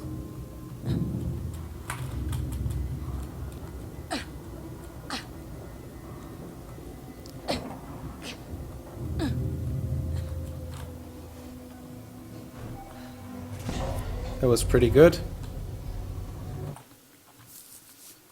Without that many problems. So now mission 17 coming up. I'm gonna do a usual flare strat here. Can run in the beginning, no problem.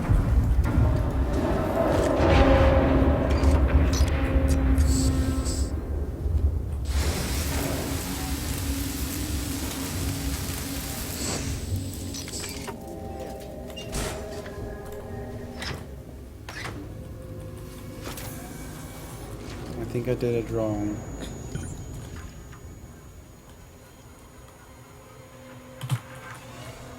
The flare didn't go where I wanted it to.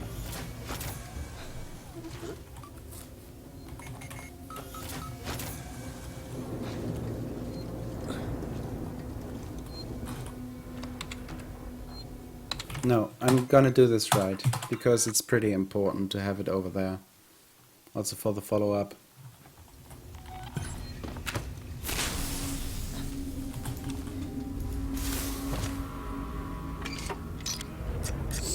You have to throw it through these 2 pillars, these 2 columns.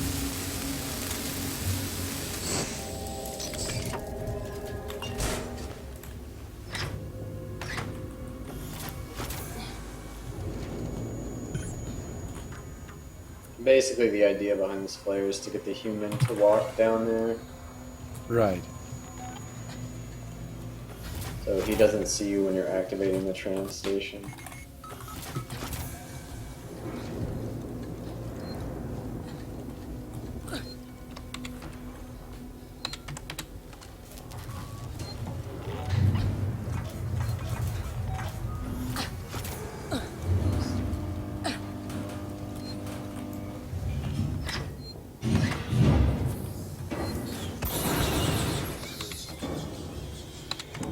Because I made a noise, the alien will be alarmed.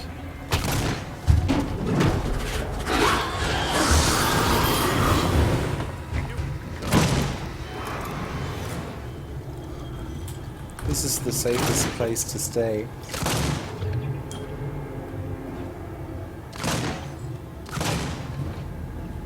Because you can see where the alien is coming from.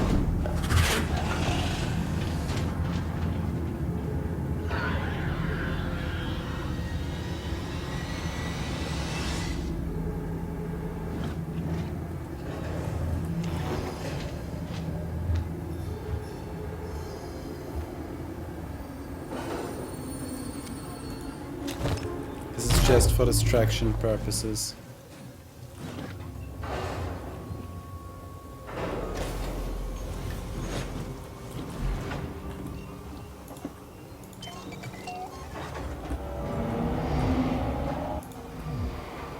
I even can build another one, but I don't have any scrap left. Isn't that ironic? Yes, considering it was the scrap run. Yeah. Well. Oh, I didn't do a certain strat. Oh man, why am I doing all this wrong? I don't know. Usually you have to Psychorun into the tram and then be silent and Psychorun out again, so you won't have a problem of actually getting heavy. But if you ran in the tram, then you have to hit this middle column until the door opens and Psychorun out. This is a glitch sometimes happening.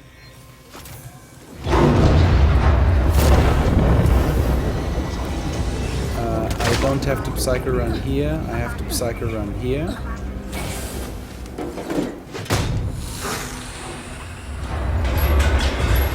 So as you can see, he is distracted by this noisemaker.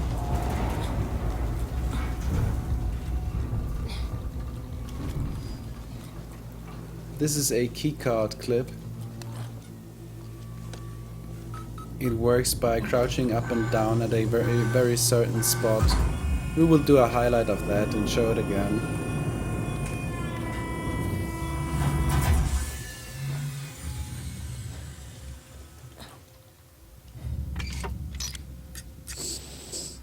There actually is a highlight by infomastr, how this is done correctly. And we will just do a link of that. And of the other stuff we missed now. So, but it's just important to get through. This is also important. You have to use a flare here and toss it here when you're coming through. You can do this pretty quickly.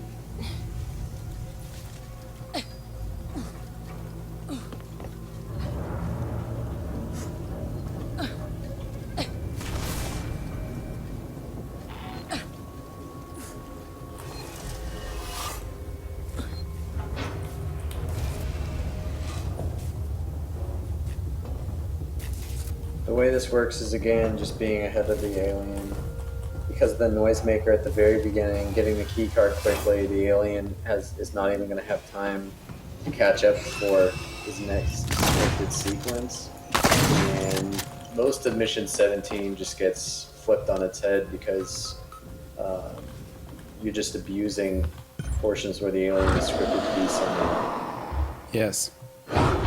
Like this one. It's actually scripted to look through the window, and I'm just going on. And now it goes for the flare. So I can just go here. I can even start running now, because since it's reached a certain point, it's a trigger position for it, then it won't be able to return again. The same goes for some other positions in Alien Isolation. So this is a standard tactics we do. Just do 2 short bursts, and that seems to be enough since it's still in the animation, and then can go on. Some people run all the way back. I can't do that for some reason. Never worked for me.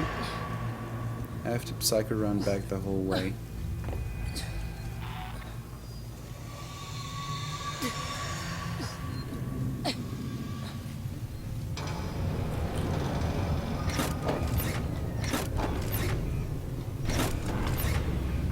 So now what I do is run. First, make a little noise here. And then start Psychorunning. Sometimes the alien will drop here. Usually it drops in the other room. It's really important to make noise here and try and force a drop, because otherwise the alien can be in the vent. Yeah, that's right. And if it's in the vent, then it's going to be pretty difficult. I mean, it's not impossible. It's just a question of timing. If you get the wrong time, you get killed here. I got that kill also one time. I was just coming around this corner in here. The alien was dropping and it was too late to flame it to fend it off. Ruined a good run. Hey, Rivas.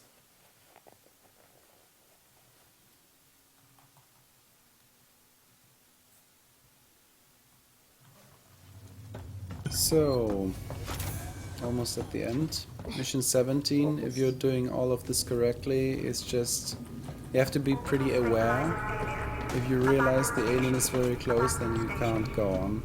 So you have to flame it like in the nest.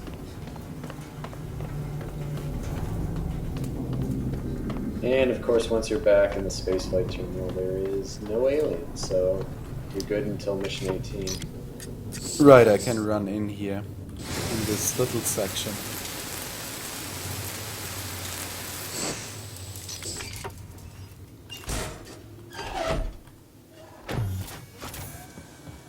Mission 18 again has several strategies, but I will just show the one that we are regularly using. I didn't do the mission 16s, really. Again. Okay. Run Relay, here. can you hear me? Use the Molotov Are you close cocktail enough for and radio throw contact? it over there. I'm here. Because there is a Joe on the ground. And you want him dead. So he won't be able to mess with you.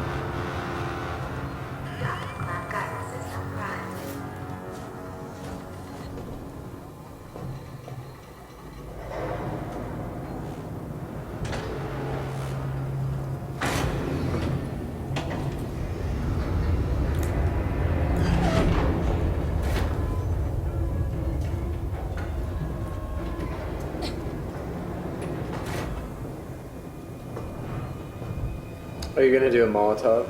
Yes. Downstairs? Okay. And I think this is really a very safe strat downstairs, because there's no risk of having to flame an alien that's charging directly at you. Molotov is extremely safe.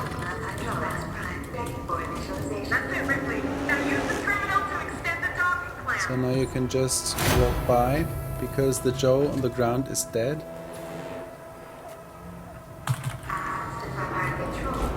Relay, the docking clamps are engaging. Okay, now find the upper control room. That's annoying.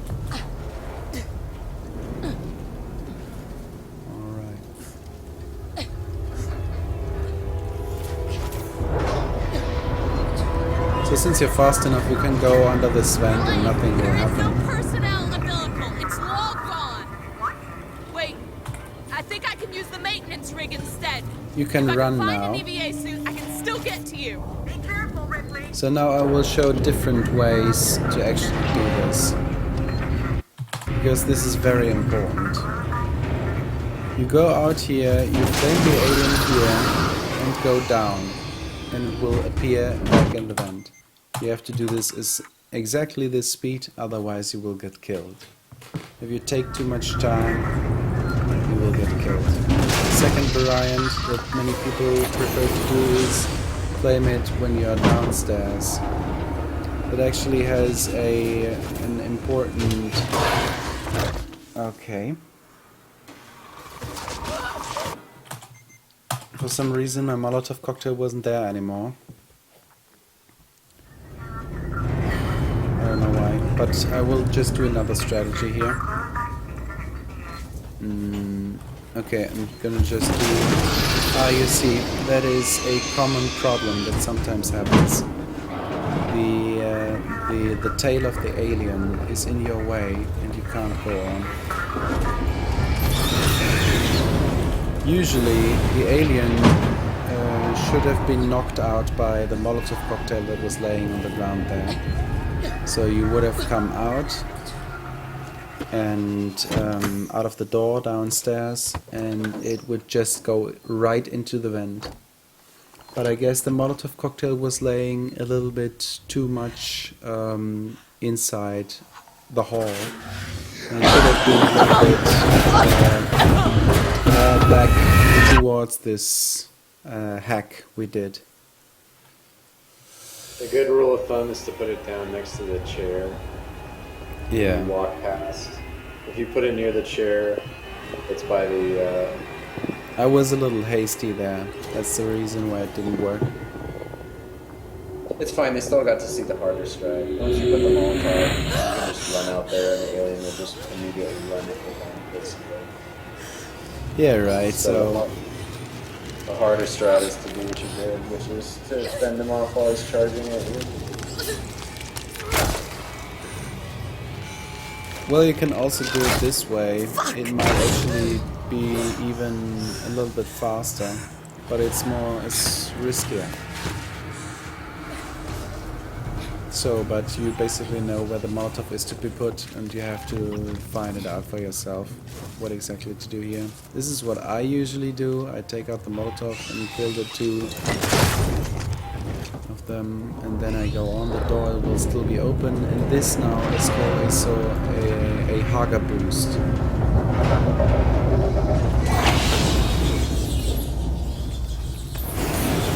Here you can only kill this Haga when you're looking up, because there is an invisible wall. I will show this once.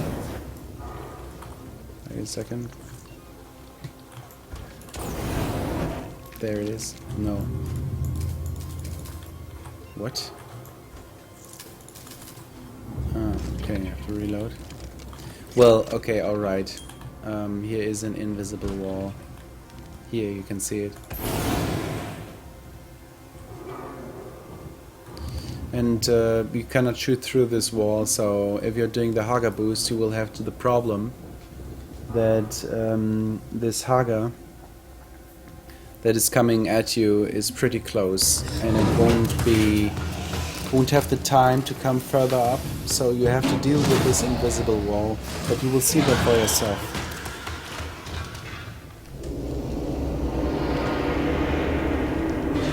So here you wait for this one alien to leave, and then you can basically Psychorun again. And when he gets in the elevator, he wants to run to the side and then crouch. Right. Crouching also is important here, because again there is an obstacle vertically, and you have to crouch under it. This goes much faster when you're already crouched, and then you start running again to be fast towards this ladder.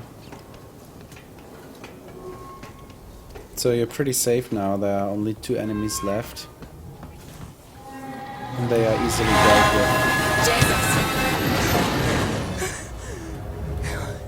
Just let me make it through here. The second train we get to skip by too.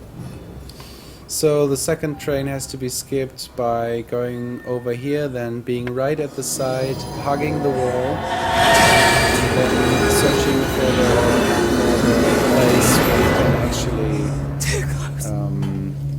go over this little borderline, so that way you won't have to crouch under this train when it's coming down.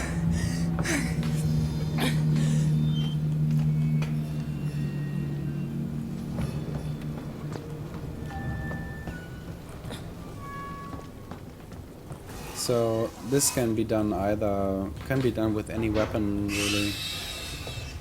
I will use the flamethrower now.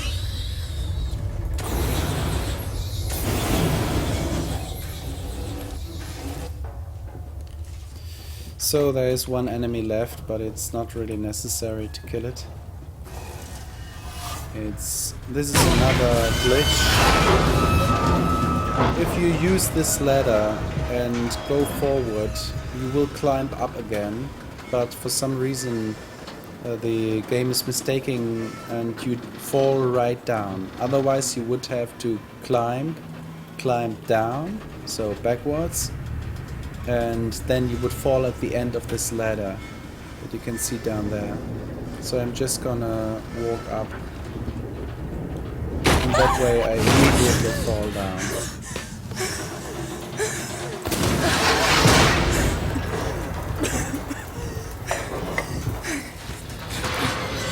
So there is an egg, there even is a medkit, you don't need that. Are you there? Please tell me. Ripley, I thought I'd lost you. We're being dragged down the Sebastopol. The gravitational pull has twisted the rig and we can't get free from the station. What do you need me to do? Get out the airlock and EVA over to the maintenance platform. There are explosive bolts on the emergency release. Hurry! Sebastopol is going fast. Won't let you down.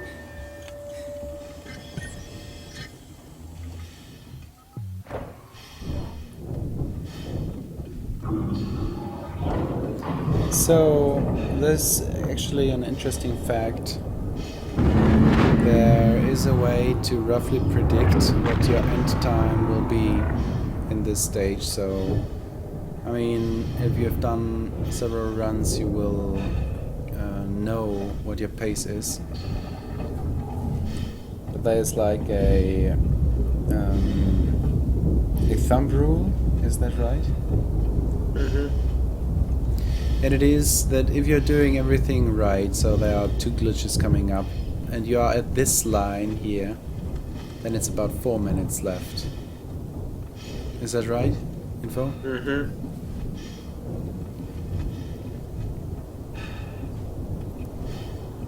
Yeah, that's right.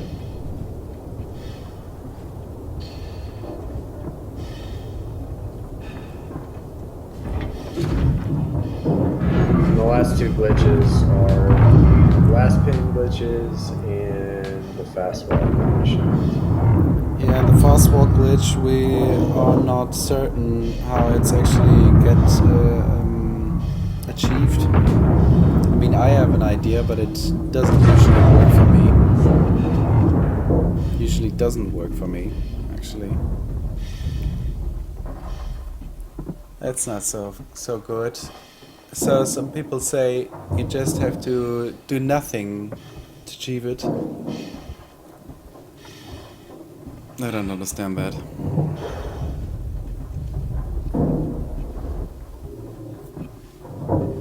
You think so too, Master? I usually hold and forward right after the loading icon disappears while the screen is still black. If I'm not holding it before that point, usually I would say it's more often than not. Sometimes it doesn't work. So I still think there might be a little bit of RNG in that, but that's usually what I do. It's kind of like the axle thing.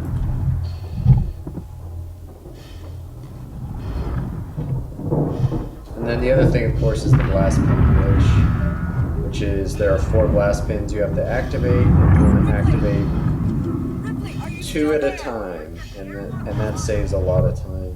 Right, 15 seconds each. Yeah, 30 seconds if you get them both. So it's a huge time save. So it's actually pretty easy. When you are here, then press the use button, immediately go to the right, press use again 2 times at least, and then it should work. And then both of these pins are going up at the same time. A little bit delayed, the second one of course, because you activated it afterwards. If you're too hasty, you can otherwise easily mess this up. And then you lose 50 seconds. 15. You can do this with keyboard. I find it's easier, at least for me, having done both ways. I found it was a lot easier with the mouse wheel. Yeah, well, sometimes inputs are getting eaten, and then it might be difficult. I'm always doing it with the use because I know this way consistently will work. But of course, mouse wheel might be a good idea as well. So now the fast walk glitch is coming up. It actually means to get fast walk like in mission 2, but I don't really know how to achieve it.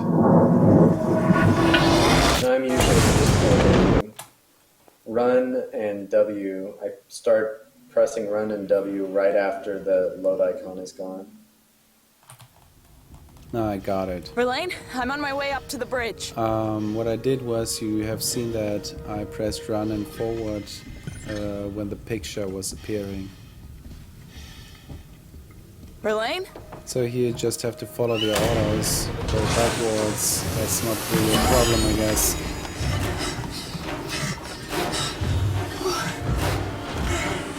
Then you have to go left, then you have to go right, and then you have to press use, and then you do the final split. I missed one here.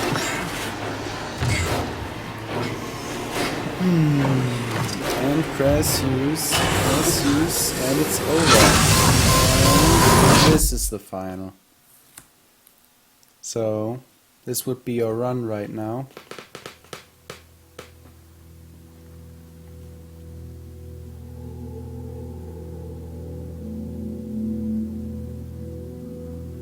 It's so rewarding. This calmness, the stars, the music. When you actually have finished this marathon of a run. It's quite satisfying, especially because mission 19 is just, it's a formality at that point, so you know that all you have to do is a few more key presses and you're done. Yeah.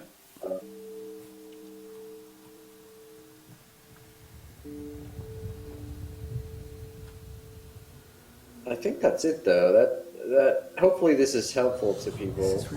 And there are a lot of people that have a lot of experience with this game, and most of them, or I would say all of them, are happy to help new people that are starting out speedrunning. I think seriously, so too. any level of speedrun of this game, and people are willing to help out. So if you have questions, you can go to the website speedrun.com/AI. There's a forum there. We're usually in Discord too. The Discord link is posted on the forum, and other than that, we are on Steam or on different communication platforms. So there's a way that you can get in touch with someone that is happy to help answer questions and brainstorm and share strats and share your pain when a run dies and share your joy when you get a PB. Right. Yeah, we really are a cheery crowd, and we watch each other's run regularly. And we always welcome new runners, so please be encouraged to do a run on your own. It's not really that difficult. So, thank you very much for watching. This was infomastr and myself, and we hope we could show you a little bit about this game. Yeah. And we will have some links in the descriptions so you can find further information. Yep. Thanks for watching, guys. Yeah. All right. So then, bye-bye.